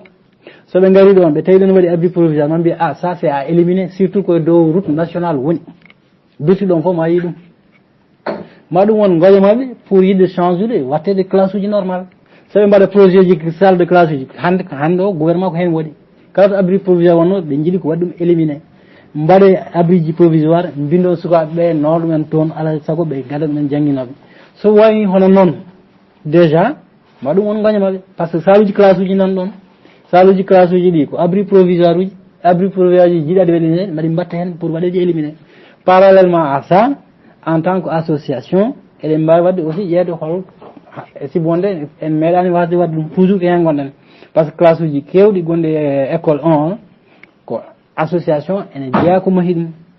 école 2 o ko mahi ɗum ko association o ko hoore heedi ɗum mbasan yejjide ɗum ɗon ha joni ko hen tan gonɗen ha joni aussi ko hen gonɗen kono ɗum ɗon aussi yo stratégie aussi yo yantu hen comme gouvernement o ko goƴo mum wadde éliminé abri provisoire so sukaɓe ne binde kala jaawo école ogal école 1 heewi nawaɓe école 2 s'il le faut sak nowaɓe ha kawel mbaɗon abri provisoire uji koye dow lawol birtu ɗum fof ma yi ɗum gouvernement o ma watta hen hakkille on banggue kam ɓe sikki wi fof mbaɗa ɗum indépendamment ça noon eɗen mbawi miijade aussi holno mbawaten wadde ma henen enen koye men salle de classe uji lycée kaltaɗo so mahama ɗon aussi koye stratégie ji tan eɗen mbawi somorta hen goɗɗum lycée to wayno en mbawi naworta hen goɗɗum ko wayno salle de classe uji e nder lycée o ene wona eɗen mbawi wadde fof ko yewtere tan fof ko yiitude la bonne stratégie tan pour faire avancer les choses sikki tan so yimɓe jewtiti tan peeje ne mbayni hande franchement mi weltima sa ari ɗo aɗa haalnami haala Ablaye Beyla Ndiaye franchement somi wi mbaɗa haala makko hande cikkumi tan mbaɗa wawi walde ɗo en subu Ablaye Ndiaye ko gandotiral amen non seulement bandiragal ngal mais en wayno koye juuɗe mabɓe ni min jibina ko gila Wokam ɗum noon ko hunde junde Ablaye ko neɗɗo moƴƴo mo ganduɗa moƴƴere mum franchement cikkumi hay somi haali ɗum ma woɗɓe haalɓe hen neɗɗo darniɗo wuuro mum jiɗɗo koreji mumen jiɗɗo bandu men min kam mi haalata banggalam par ce que banggalam franchement ko waɗanimi ko mi dañi chance hawrude mabɓe quoi mawniraɓe waɓe no mabɓe ni guilay jangdam o waɗi ham poussé no feewi e jangdam o walli kam hen no feewi jusqu'à hande nde dañmi BFM nde hayne mbaɗmi bac nde mbaɗmi découragé nden taw mi dañano ko waɗimi poussé yomi wattu oton wat découragé rewnama ɗum hay contrat am BCA o contrat mo dañnomi BCA premier contrat am nde natmi fonction publique nde ko BCA o CV am koto makko nde kalanmomi nde en 30 minutes o fewnanimi fof franchement ko neɗɗo mo ganduɗa min banggalam ko neɗɗo dariniɗo galle mum neɗɗo jiɗɗo bandu men dariniɗo surtout dañcade hande so Ablaye Beyla haala mum haalama cikkumi dañcanna fof ne gandi hay ko taari dañcade ne gandi darde makko guila e ada guila Amadou Sylla Allah waɗi Amadou Sylla yalti aduna guila nden konko jogui ada Dakar o ha fayi 2017 te o jogui ɗum ko darde tinde walla en eko heewi ko ganduɗa ko jarlitiɗo hen o woppani santé o woppani éducation o woppani kala ko ganduɗa hen ko ɗum waɗata développement ɗum yaranta dañcade yeeso omo dari hen ɗum ɗon taw wona hay politique wona rien ko yidde makko dañcade horsinde makko wuuro ngo kala nde andi hunde ene wawi arde e dañcade o darot hen yimɓe jii projet hygiène o assainissement jiiɗo ko heewi ko ganduɗa omo darini ɗum ha waɗi te ɗum ɗon ko weltare meɗen ɗum ɗon hande eɗen poti farnorade ɗum eɗen parnono waaɓe no mabɓe ni waaɓe no makko nanɗo e woɗɓe nanɗo ha keewi franchement eɓe darini ɗumen Ablaye noon franchement konko kam mention spéciale franchement eyyi ko neɗɗo franchement moƴƴo mo ganduɗa moƴƴere mum hande sen mbiɗo eɗen kaala ɗum ɗo Ousmane Dia en gaynata en ñagontomo tan Allah junno balɗe makko moƴƴina battane makko eyyi waɗanamo jaam konko e ɓesgu makko Allah ɓoynidaɓe eyyi waɗanamo kala ko yiɗi dal yo Allah waɗanmo taw ko ɗum ɓuure makko mais franchement Ablaye so yimɓe mbiya ne kaala haalama ɗo ha janggo ha ɓaawa janggo ha ɓafta yimɓe gaynata donc jokku golle ko mbaɗata ko mbaɗanɗa ko hoorema neɗɗo so waɗini wuuro mum walla waɗini jinnabo walla waɗini bandiraɓe mum waɗani ko hoore mum donc jokku golle emin mbima Allah jarama au nom noon de toute la population de Dañcade rewɓe dañcanaɓe franchement e foof ha Dañcade foof. Assalamu aleykum sukaɓe e mawɓe Dañcade ko mino Mame Diela mi salmini on goto foof inde mum e yettode mum to salminte weltoɗo mi juurima ɗum mi ñaganima ɗum Allah moƴƴere e oɗon jaafo noon mi waɗanoma ajouté e dingiral he ko ɓooyi kono mataw mi dañano nadde hen kono mbaɗa hetto mi weltima no feewi e invité du jour hande o kono monsieur Abdoulaye Beyla Ndiaye mi salminima mi juurimomo ko yidde tan haalde e makko seeɗa mboɗo andi kadi Ablaye ko neɗɗo moƴƴo hono mum weeɓani ko neɗɗo kadi daraniɗo wuuro ngo no feewi machallah so tawi en dañino hono makko en ha heewi ma wuuro men ngo ɓeydo yarude yeeso mi salminima noon mi juurimomo mi weltanima dendagal dingiral ngal foof ha waɗi feggere mi salmini on mi juurima on. bandiraɓe silaɓe on salminama groupe sukaɓe Dañcane kala to mbawɗon wonde to gonirɗon mi salmini on salminama on jettama hanno en mbawi wiide ko ñalawma spécial par ce que ko ñalawma mo ganduɗa hoorema docteur Ablaye Beyla so invitama komin wona haalaɓe ko fof il faut min naata min mbaɗa hen témoignage amen par ce que neɗɗo mo ganduɗa momin liggodi duuɓi min j'ai travaillé avec lui presque de 10 ans donc neɗɗo mo gandumi ko neɗɗo gandanma baɗɗo engagé ala fof wuro ngo jarnani mum kala ko wuro ngo immani o accata hammu makko o acca haajuji makko o daro hen won moyeji makko o waɗa hen tamako foof donc il est très engagé ko neɗɗo mo ganduɗa neɗɗo goñanti par ce que so haalde gongo yentiri no haalante kadi ko neɗɗo moƴƴo mo ganduɗa harma vraiment mo dañcannaɓe mbawa yobde par ce que ko liggani wuro ngo ko sur tous les domaines kala to wawno heedanden o heedinen noon te mboɗo andi ha joni inchallah bien vrai temps o hankkadi hokkani wonde président kono noon engagement mo jigno guila ndeno mbiɗa yakori inchallah rabbi ha joni ko ɗum fontinta par ce que jiɗɗo hunde ko sa yiiɗi hunde ka yiiɗi tan wona mbiɗi hannde mi mbiɗa anti janggo donc kanko ko neɗɗo mo hanarma mbiɗa wawi wiide neɗɗo mo ala wuro ngo jarnani mo donc qu'il soit président walla wadu wonde président inchallah kala to heedno hen mo heedanen noon noon mataw min gona haalen koɓe tan ko noon vraiment min jogui ko heewi kumpore haalde e Ablaye donc mi salmini on mbi yon bisimilla makko e émission he joom setto Ablaye Bayla Malick Ndiaye mboɗo andi kadi somi haali ɗum yimɓeɓe kala keɗiɗo kadi mbiyata kadi ha toñi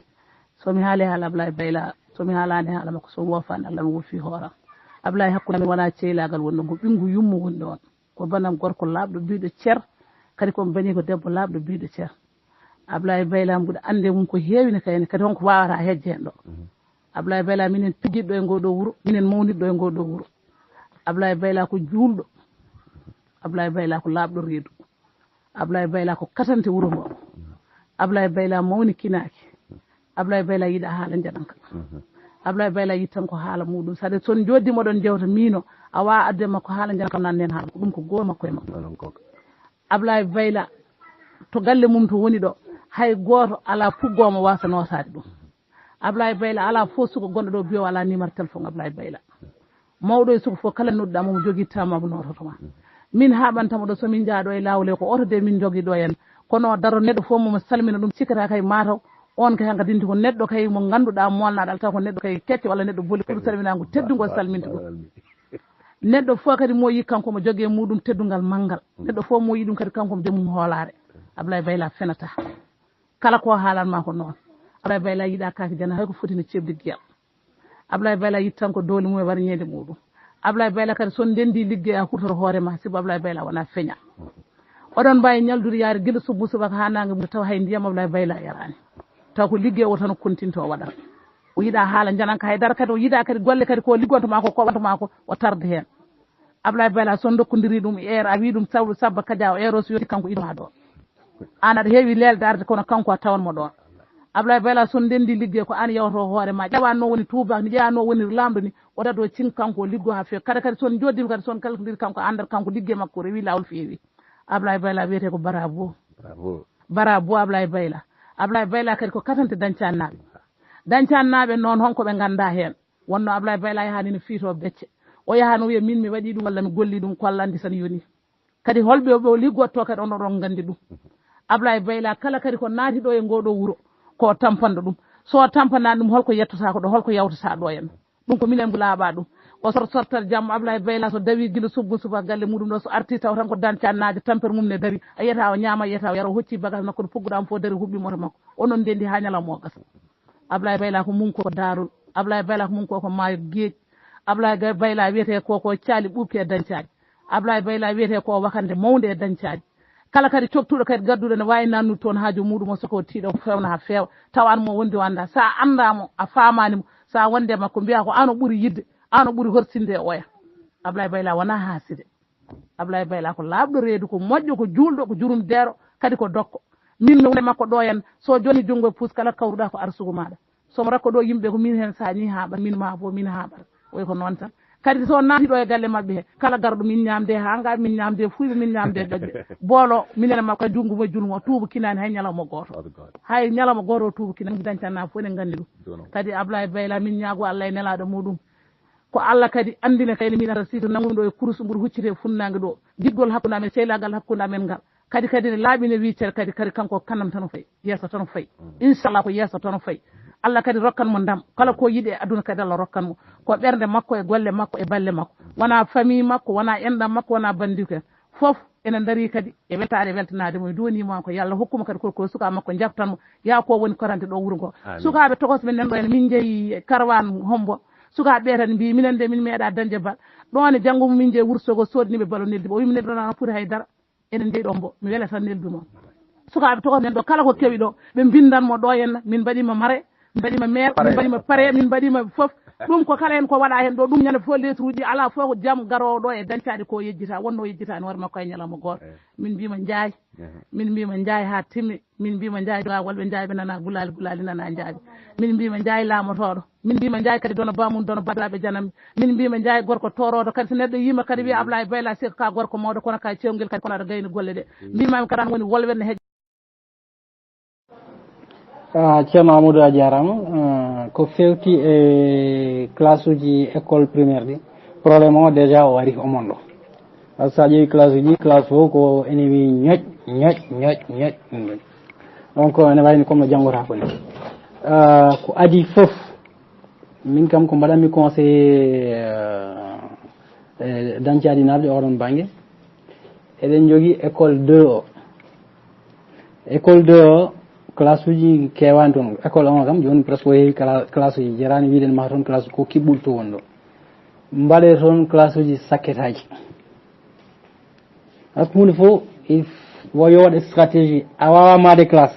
mbaɗe classe uji sakketaji yimɓe mbawi wadde ɗum ɗo hande gouvernement o hamminni ɗum hamnata ɗum yimɓe mbaɗi ɗum attaqué wiyede ene waɗi des abris provisoires mbaɗe abris provisoire so ɓe ngari ɗon ɓe tawi ɗon waɗi abri provisoire man mbiya ça c'est à éliminer surtout koye dow route nationale woni birti ɗon fof ma yi ɗum ma ɗum won goƴe maɓe pour yidde change ude wattede classe uji normal so ɓe mbaɗa projet ji salle de classe uji hande o gouvernement ko hen waɗi kala to abri provisoire wonno ɓe jiiɗi ko waɗi ɗum éliminer mbaɗe abri ji provisoire mbindo sukaɓe ɓe no ɗumen toon alaa saago ɓe gada ɗumen jangguinoɓe so wayi hono noon déjà ma ɗum won goƴe maɓe par ce que salle uji classe uji nan ɗon salle uji classe uji ɗi ko abri provisoire uji ji jiiɗade éliminer mbaɗi mbatta hen pour waɗeji éliminer parallèlement à ça en tant que association eɗen mbawi wadde aussi ƴeede hol si bonde en meeɗani wasde wadde ɗum toujours ko hen gonɗen par ce que classe uji kewɗi gonɗe école 1 ko association ene jeeya ko mahi ɗum école 2 o ko mahi ɗum ko association o ko hoore heedi ɗum mbasan yejjide ɗum ɗon ha joni ko hen tan gonɗen ha joni aussi ko hen gonɗen kono ɗum ɗon aussi yo stratégie aussi yo yantu hen comme gouvernement o ko goƴe mum wadde éliminer abri provisoire so sukaɓe ne binde kala jaawo école ogal école 1 heewi nawaɓe école 2 s'il le faut sak nawɓe ha kawel mbaɗon abri provisoire uji koye dow lawol birtu ɗum fof ma yi ɗum gouvernement o ma watta hen hakkille on banggue kam ɓe sikki wi fof mbaɗa ɗum indépendamment ça noon eɗen mbawi miijade aussi holno mbawaten wadde ha maha enen enen koye men salle de classe uji lycée kaltaɗo so mahama ɗon aussi koye stratégie ji tan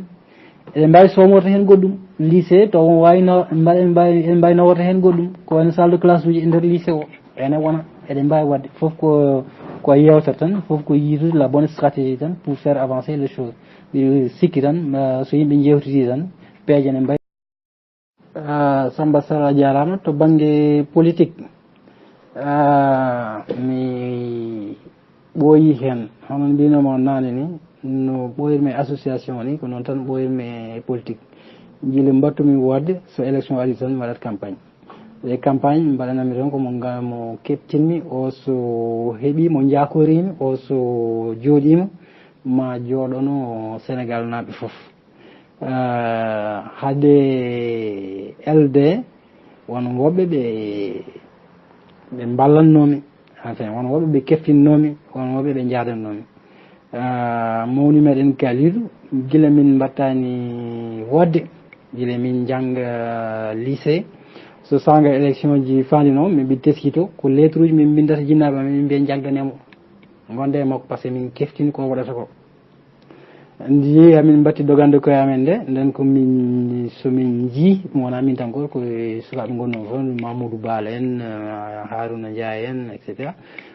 kala mo min keftini ko on min gummonto way Dakar tout le temps e oɗon saaha min manifestation Ablaye Wade fof politique min jahan par ce que on saaha min jaggi ko kanko so ƴetti leydi ndi ma waɗ changement ji ma yimɓe gummo e caɗele gono ɗon LD noon ko mi jogonoki carte LD vraiment yero de kanko ko Harouna Ba wadduno min o holliti min komo yiiɗi min liggoɗo omo heftini min minen aussi emin keftini ko neɗɗo moƴƴo ko neɗɗo daraniɗo Sénégal ko neɗɗo daraninoɗo diwan men o ko ɗum waɗi jaadigal amen e yerode e oɗon sanga te aussi nde min jaranoɗo presque ko campagne Ablaye Wade min mbaɗanono campagne e oɗon saaha diwan men o fof ko min waɗano ɗon campagne Ablaye Wade kono min campagne fof so yi ha élection ɓe ni jomumen kewi tan min je me retire mi wontoy koye sangal ñangando min fate jangdam e sangal nde mbattum liggal ni fewta liggeyam goɗɗum ɗuminanimi hen e oɗo sahane ya ceerno Malick Sall min wiyatamo ceerno Malick Sall ko maître Malick Sall ummima o umminaki noon to banggue politique mbiɗa yiiɗi wonde ɗum mbiɗa yiɗi konko ummori hen komo yiiɗi wallidde diwan o omo yiiɗi wallidde dañcade omo yiiɗi wallidde diwan o omo yiiɗi wallidde président Macky Sall par ce que omo hefti Macky Sall eko waɗata ko to banggue moƴƴere so ummima o teddini min o wimin omo yiiɗi min yaada e makko ko ummi ko hawri kadi ko ummani ko hen min gonno ɗum ko mataw ko ɓeydi ko softede tan donc te on banggue ala probléme minen e Malick minen keeɗi e to min keeɗi aussi oɗo saaha hande ko yidde wallide président Macky Sall ko adi foof e golle gollata ɗe beele maw lamto 2019 ko heddi ko noon ko Allah andi ko wona ɗum ko ya les élections locales aussi jogoɗe aroyde to banggue politique minen kam e yiyande amen ko diwan kala diwan yimɓe wonɓe hen darantoɓe ɓamtare diwan o sa are wuuro wonɓe kefinta hen wiya ko ɓeɗon darani wuuro ngo jaaha wuuro ngo mbiya ko ɓeɗo ɓen heffina ɗen ko ɓen poti tawede e mairie ji he ɓen poti tawede e conseil départemental so tawi yimɓe ne jiiɗi ɗum yaara yeeso tant que ɓen jiyaka toon kala ko wawi waɗete hen ko goɗɗum tan wonata kono nawata yimɓe yeeso ɓeɗon ɓe ɗaminaki hen mbuuɗu ɗaminaki hen tanka mais jamma e ñalawma sa ari men ene kaɓono wuuro mum woni dañcaɗi woni ogo woni Wourossogui woni Matam ɓen sinno ko ɓen tottuno mairie ji ɗi sinno ko ɓen tottuno conseil départemental hande wona haala développement kalanten par ce que ɓen jamma e ñalawma ko daraniɓe jamma e ñalawma ko yaaɓi mbaɗam Allah jarama a jarama e namdal maɗa ngal hakkundam e maître Malick Sall ko adi foof ko mawnam ko mawniraɗo moƴƴo te omo horsinimi omo teddinimi ɗum o holli kam ɗum tout le temps min e korsam ene mawni e makko teddungalam ene mawni e makko ɗum ko waɗi foof ko ɗum ɗon mi haalani haala bandiragal ngal yimɓe fof ne gandi mamam ko galle mabɓe ummi Haby Elimane Sall ko wona ɗum ko maître Malick Sall ummani ko ɓamtare dañcaɗi ummani ko ɓamtare Matam ummani ko ɓamtare Sénégal Malick namdaki poste politique Malick ala poste politique kono e poste makko e darde makko omono wallide yimɓe foof oɗon noon so ummima ene waɗa ko wayi hon noon an ka dogannoɗo e politique hollima ngoɗon yeeso hollima aussi teddungal e fof waɗima invité ya ar jaada e muɗum ɗum ɗon min ko ɗum taki Malick yaddume makko emani c'est naturel c'est naturel te yamte aussi on mbimami Malick ne weeli liggodade ɓe o liggotoɓe ɓe o hokka ɗumen ko confiance totale so question jojinama yimɓe ne jewta wiyete eɗen jiiɗi wadde ɗum ɗo goto fof addi miijo mum yimɓe ko wiya jehen c'est comme ça qu'il travaille avec les gens hono no mbinomi nane ni nokkuji meɗen jiɗen ko ɓamto nokkuji ɓamtorto ko taw ko joom nokkuji ɓe hoɗɓe nokkuji ɓe nokkuji ɓe tiiɗi jamma ñalawma subaka kiiɗe ene ndawa ene doga pour ɓamtare nokkuji ɗi ɓen alay saago keɓa responsabilité ji e banggue développement nokkuji ɗi maali ko ɗum ummin ɗum wona yaade no waɗa distribué haalis no hokka à droite à gauche mais surtout findinde yimɓe ɓe andinde yimɓe ɓe kamɓe koye mabɓe jogui développement mabɓe koyɗe amen ko ɗum ɗon tan so goto fof faami développement muɗum koye junggo mum woni ene wawi lijjitande hoore mum haajuji muɗum ko juste mettre les gens sur les rails ko ɗum ɗon tan woni challenge o ko yilte ko fof ɗum ɗon mettre les gens sur les rails ha jomumen keɓa conscience avenir mumen ko kañumen pewnata ɗumen koye mumen te aussi enen jogui potentiel o fof bawa waɗumen développé se gari ha ɗon tan hankkadi wetti par ce que goto fof andi secret o ko kañum jogui secret o wona Samba jogui ɗum wona Demba jogui ko kañum jogui ɗum mais heddi tan ko mataw jomum yitanani ɗum damal ngal ɗon jomum yitanani ɗum stratégie o jomum famani heɓani conscience o kañum jogani hoore mum fof donc koye nde ɗon darde min dari hen hande a finata tan subaka mbiya ko jimmi ko nani wonno woodi no rewirte seeɗa ha woto to yetti ande to kanduɗa ɗo ɗon Allah hani ɗum goɗɗo ari ƴettita ɗon ɓen huɓere ko noon mahirte brique fawe brique goɗɗo fawe hen ha huɓere nde ara eyyi goto fof addata hen brique muɗum goto fof adda hen brique mum ha huɓere nde daro to banggue Malick kam ene wayno ko ɗum ɗon tan hono no mbirmami ni ko mawniraɗo ko sehil ko liggottoɗo ko neɗɗo belɗo liggodade ko ummini ko min jii hen koye amen donc alay saago min mbawa tan ko jaggude hen sinno goɗɗo adduno hono ko way noon min jaggatno hen kono so kasi wonti kadi ko dañcanaji e hoore mum addi hono ko way noon ɗum kadi ɓeydata min tan ko weltare ɓeydande min tan ko jaggude hen ɗon aussi wona min tan goto aussi won woɓɓe min gondi hen ko wayno ceerno Harouna Bal en ɗi mawɗo ko wayno Amadou Samba Dia en ko wayno Alassane Dia Moussa Kibira jarama e namdal maɗa pour étudiant ji dañƴana mbawa hebde galle ɗo e Dakar ene wawa gasde kono weeɓata ɗum namdi ko disnodiral yimɓe foof sa ƴeewi to banggue université ji to goni ɗo université Dakar kam to zone to woni ɗo dañde ɗon terrain ha maha ɗum ko haalis kewɗo ɗum mi anda so tawi mbawi wadde ɗum mais ko wayno université puɗɗataɗo mahede wiye Amadou Mokhtar Mbow gonɗo hedde Diamniadio to so woni haaji yimɓe terrain ne wawi heɓade e oɗo saaha toon taw serirani hon noon foof yimɓe ƴeewa no mahiri ɗum seeɗa ɗum ene wawi gasde ene wawi wonde feere moƴƴe ko wona ɗum aussi hande Sénégal wona université goto tan waɗi te université ɗi fof wona Dakar tan goni ene waɗi université gonɗi Saint-Louis ene waɗi université gonɗi Thiès ene waɗi université ji gonɗi Kaolack ene woodi aussi gonɗo Ziguinchor yon ko sarodiri joni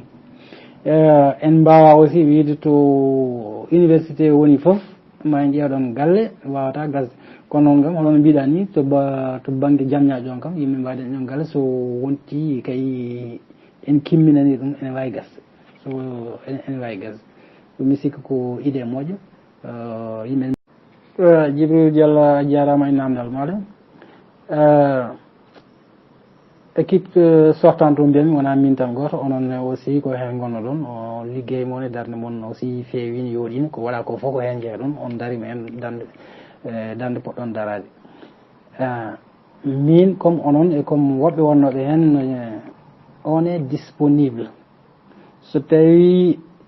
kamɓe joguiɓe bureau o hande ɓe cohli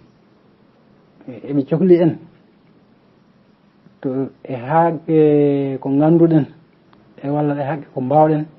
on est disponible à mettre ça à leur disposition ɗum koye ko maɓɓe tan heddi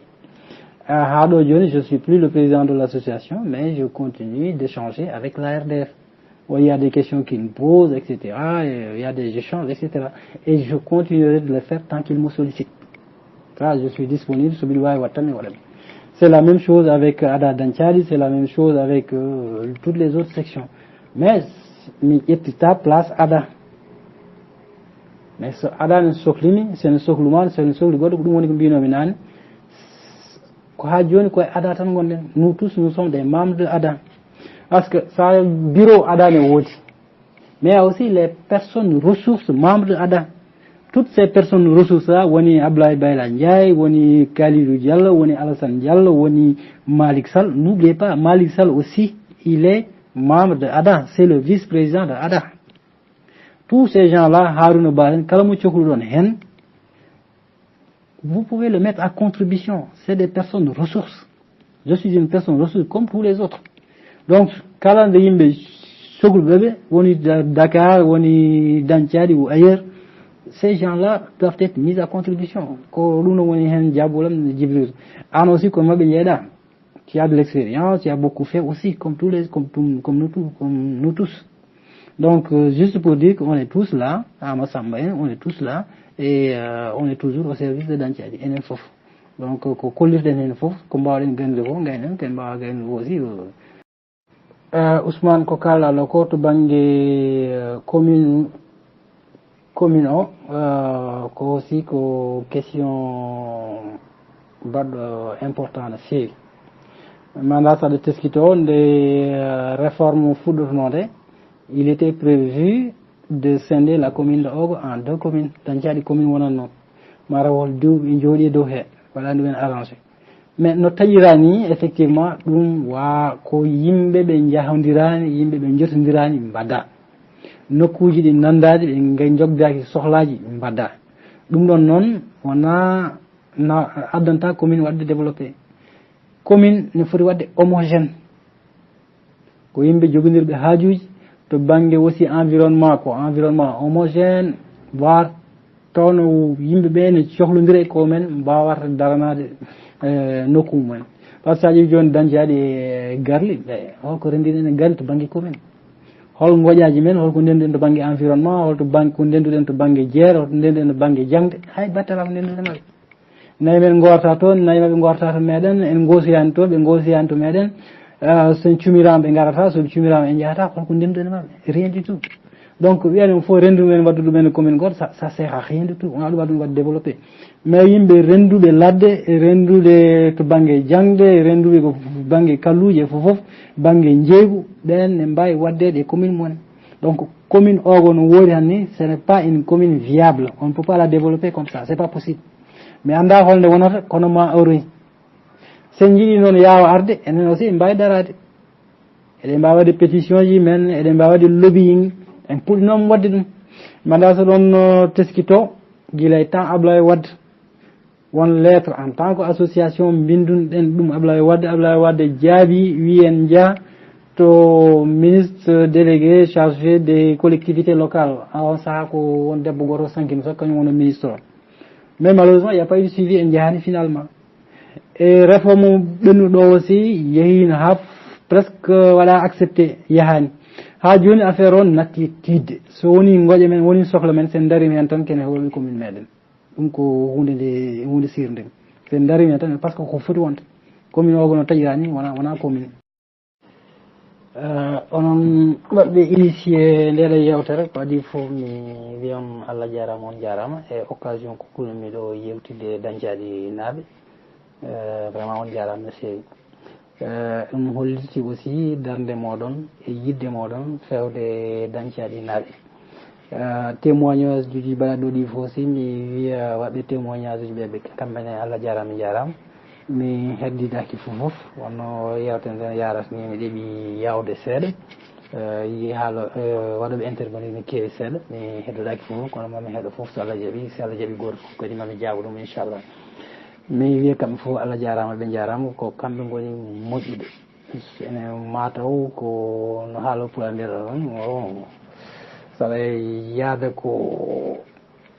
moƴƴuɓe tan wawi ƴetta e jikkuji mumen seeɗa mataw ko ɗum heftimi, ɗum mi yetti hen Allah nde hokkimi yaadiɓe waɓe hon noon. To banggue association, to banggue Dañcaɗi d' abord, eɗen andi Dañcaɗi naaɓe ko yiɗɓe koye mumen, ko yiɗɓe hiroɓe, yiɗɓe yettade wonen nokkuji to banggue ɓamtare koye wuuro men e ɓamtare koye mumen.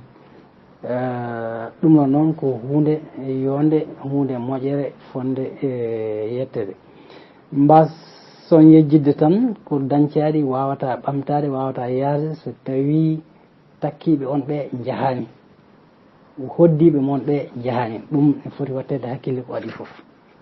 mbawaten ɓamtade tan ko tawi hoddiɓe men bandiraɓe men takkiɓe men jeehi donc mbaɗen ko poɗɗen watte men ɗo ƴeewen aussi ɓe koddiɗen ɓe ɓe takkodirɓe hoko mbawaten waddude mumen pour ko ndenduɗen e mabɓe ko wawa hisde ko ndenduɗen e mabɓe ko wawa nafde ɗum ɗo ko hen jeeya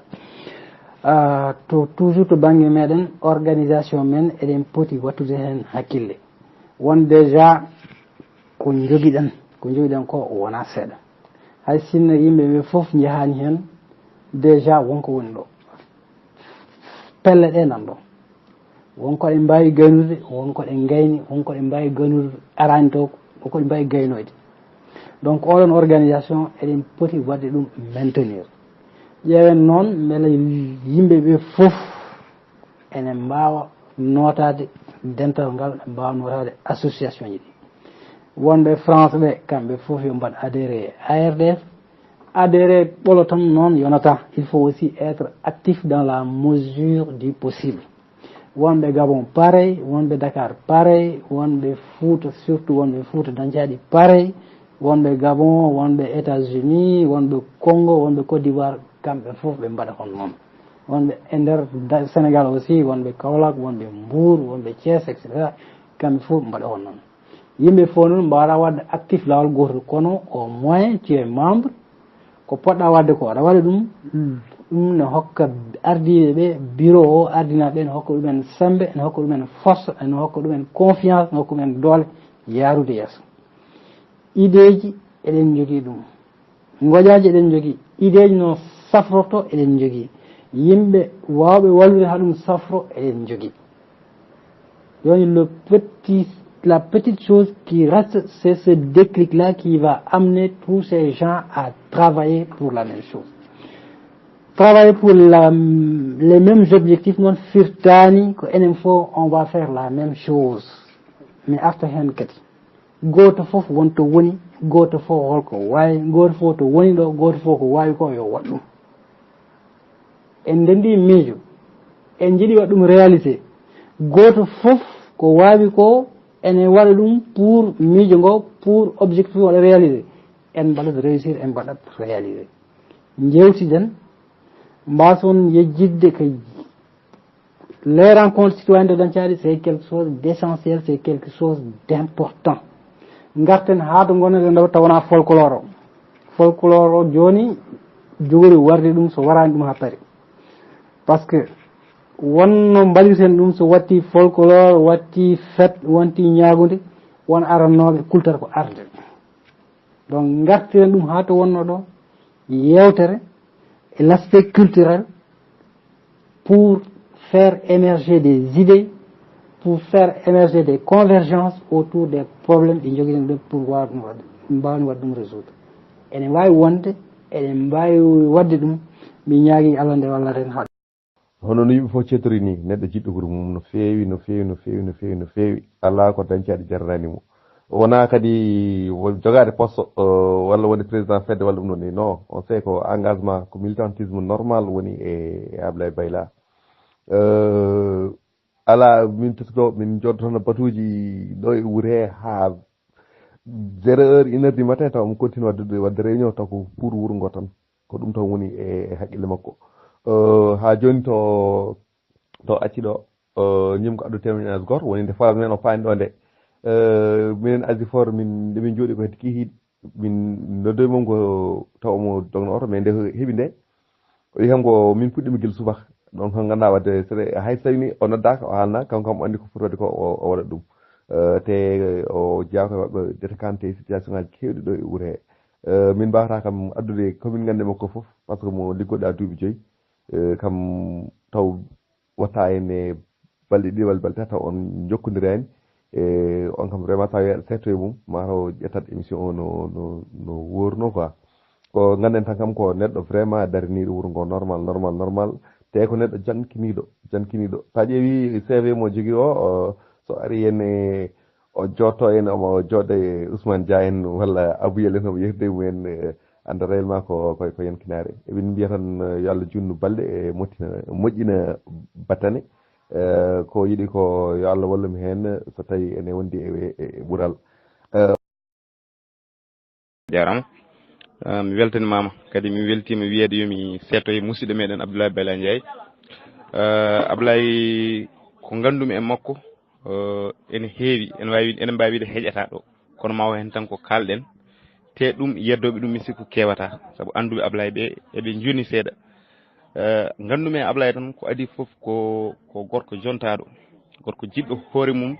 jiɗɗo wuuro mum ɗum mi sikku so haalami Abdoulaye yimɓe fof ne gandi ɗum Abdoulaye mo dañcaɗi Abdoulaye mo Ada Abdoulaye mo Dakar Abdoulaye mo foof Abdoulaye ɓuuri welde e Abdoulaye ko kala neɗɗo mo to tolni e niveau Abdoulaye ne wawi wondude e ma ko ɗum min welimi e Abdoulaye saabu en keɗima histoire goto ne wiye ɓuuri wonde gando e aduna he tan ko bawɗo haaldude emo ala gandal Abdoulaye ne wawi haaldude mo ala gandal par ce que o telloto sa joguima gandal a haalde mo ala haydara an a telloto pota e makko eyyi ɓe mbi saɗa haalde ɓuuri ɗom ngabba seeɗa tawa ɗum toon walla joguiɗo ko joguiɗa ko Abdoulaye ko noon o wayi kadi Abdoulaye jungngo ngo ne yaawi e foof noon Abdoulaye ko neɗɗo jiɗɗo dañcaɗi min ko ɗum welimi e Abdoulaye omo yiɗi dañcaɗi ha ɗon tan wawi hadde kadi omo yiɗi bandiko en neɗɗo ene wawi yidde wuuro mum taw yettaki wona certain bandumen mo Abdoulaye omo yiɗi bandiko en kadi Abdoulaye min gondi e batte politique toon mbawmi yirudemo kono Abdoulaye sa yaadema ko addoto wiidema foof ko woto kaɓe ɗe ɗum adoto wiidemo woto kaɓe ɗe woto tooñe kono noon son toñama jofɗe par ce que gorko noon foti waade woto tooñ mo sa toñama darto so wona ɗum ka dogowo ɗum kadi gorko yiɗa ɗum walla dimo yiɗa ɗum min ko ɗum gandumi Abdoulaye mbeɗa wawi wiidemo noon dañcaɗi fof ene seedinimo ɗum dañcaɗi jarani Abdoulaye o ummo Dakar taw ko wona ni e galle makko o fayi koye dañcaɗi so jippima galle o haaju makko ala e galle haaju makko woni koye dañcaɗi so wiyama dañcaɗi manki o wano Abdoulaye Ndiaye o ɗen Abdoulaye o ɗiɓi nandude walla ni no mo ganduɗa o mo nandi tan ko Amadou Sylla ko on kanko on jikku o ɗiɓi jogade Abdoulaye dañcaɗi ɓuurat ɗum kala hunde dañcaɗi ɓurinimo hoore makko ɓurinimo galle makko ɓurinimo liggey makko ɓurinimo jawdi makko ɓurinimo kala hunde eɗen mbiya noon ko makko ko yo juut Abdoulaye mi salminima mi juurima an wondima mo ɗan tan gueɗe goori kam ɗum kam firtako aɗa darni dañcaɗi sir sane gonɗa e Mamadou Sylla kala ko Amadou Sylla kala kene na wuuro ngo yeeso ɗum jinmi fedde kala nafa dañcaɗi ɗum jiɗmi jiɗɗa ɗum jinmi anek ɗum gani noon yo Allah juutno balɗe moƴƴi battane yo Allah ceggatagal ko nder ɗon ko yo Allah won bal assalamu aleykum rahmatullahi taala wa barakatuhu mi salmini on mi juurima on mi weltanima Allah mi weltanima on e dow ko namdi ɗon neɗɗo de kala ko namda jabaki tawat wondi ko Allah na ɗum gandal kono ko namdi noon min ɗo ko machallah hamin jogani ɗum gandal Abdoulaye ko mawniraɗo amen moƴƴo gardiɗo min momin mbawa haalde ɓuuri muɗum ko adi foof Allah ne hokkimo gueɗal ko joom diine kadi ko joom needi omo nehani min hay minen miñi ko en ɓe omo holli min needi makko somin belama ni min mbiya kanko ɓuuri minen nehade laabi sappo ko Allah hokkimo ɗum min dokkanimo ɗum ewa moƴƴere nde heddinde nde neɗɗo meftat tan kono wawa haalde ha luggiɗo ko moƴƴo ko munɗo o ala fitina o finnata mi meeɗani yiide Abdoulaye ɗo laawi mi meeɗani hawrude hen mboɗo ɗo duuɓi 14 walla 5 mi meeɗa yiide kadi fodde fof wonde hakkude makko e bandi ko en omo waɗa ha timma min ñaagui Allah ko yallah juutnu balɗe makko moƴƴina battane makko kala ko yimɓe jiɗanimo e aduna ko yiɗani hoore makko ɓuuri yo Allah hokkumo min ñaagui Allah tan ko juddude makko balɗe min mbawa yobdemo haydara min mbawa mantudemo hamin timmina no mbirunoɗen ni ko meftude tan min beltima noon no feewi no feewi minen foof noon e dow konngol gallamen he minen foof amo yiɗi min hamin jiɗimo omo teddini min hamin teddinimo ko mawniraɗo amen mo ganduɗa mo heedata caggal ha aduna bona min beltanima Allah min beltanima on onon on jaarama on calminama kala gonɗo hen salminama juurama yettama baaɗe walla miñe ko Oumar Anne haaldata ma ɗo ene wawi wonde baaɗe walla miñe bon min gam so tawi Ablaye Bella en invité tan vraiment min haala tan ko kawirat moƴƴo quoi vraiment mi wawa haalde e makko quoi eyyi ko wiide tan gandanɗa hoorema min gam chaque fois mo nodda min o waajo min o ɗum nin woodi jour goto saaha min kaldana woni rencontre citoyen de Dancade nde watte atelier de en tout cas atelier de discussion nde o noddi min minen Abou Ndiane e woɓɓe consort min mbano créé association o noddi min ɗon on wadde min ɗon blague o wiya onon on mbawa jogade wuuro min totti on wuuro on ligga e wuuro ngo on toñirmin ɗum ɗon dal ndeysan konko ko ɓamtare wuuro tan o yiiɗi ɓamtare wuuro tan o yiiɗi eyyi je me souviens aussi en 2015 mi yeehi Dakar eyyi o waɗi min accueillir ɗum ɗo makko bureau makko vraiment gandanɗa hoorema ko baɗɗo modeste quoi waɗi min accueillir bureau makko bon o rokki min conseil aji o rokki min historique ada eyyi no ada yaari kadi o haalni min ko heewi ko fate wuuro he surtout affaire sportive et culturel o haalni minen ko heewi o rokki min conseil aji kadi o rokki min pistuji gandanɗa hoorema yimɓe darinima wuuro ngo e wonde holno wuuro ngo foti darrede ɗum ɗo fof o rokki min gandanɗa hunde gandanɗa hoorema o haali ko heewi komi wawa haalde foof ko fate ɓamtare Dancade ko cadre gandanɗa hoorema jiɗɗo Dancade eyyi fifde mum ni rawane woni 72 heures mouvement des élèves et étudiants Dancade konko waɗi foof ha laaɓi hay darra mankani eyyi kon kam o wi kam konko kala ko Dancade en waɗa konko mo ummini ɗum omo darini ɗum fifde mum ni saaha foof omo windame message uji wonde waddem informé ko fate gandanɗa hoorema ko heewi e Dancade dal eyyi mi wawa haalde foof ha assalamu aleykum bandiraɓe sukaɓe Dancade hande eɗen dañi yelomo mawɗo jaɓɓade ɗo ene directeur min kam ko kam Abdoulaye Bella Ndiaye minen kam vraiment étudiant ƴi emin mbiyam ko neɗɗo bello ko neɗɗo guddito hiiɗo moƴƴo kadi so kala nde wiya Ablaye emin jinno jaɓɓuɗa min o wiyata ko ala caɗele gaare nde jiɗɗon kalne kam tan garon mbaɗon programme garon yimɓe jawta saaha foof kadi min jaa toon o waajo min o hokki min conseil aji o haala min ko nafata amen ko nafata aussi ada ko nafata wuuro ngo conseil aji toujours walla so tawi min dañi caɗele koye noon min gara min kalnamo kadi o walla min hen en tout cas minen kam ko min gaari ɗo henne kam vraiment omo watte amen haqqille saaha foof omo nodda min omo haalde amen kadi kala nde min cohlimo aussi omo walla min no fewi donc vraiment kanko il a toujours été là pour nous hande noon tawde ko yindani min mbawa tan journée waɓɓino to min mbawi témoignage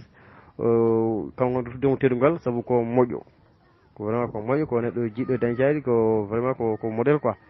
no kewini tan kanko yo Allah kanko andi ko yiiɗi yo Allah hokkumo balɗe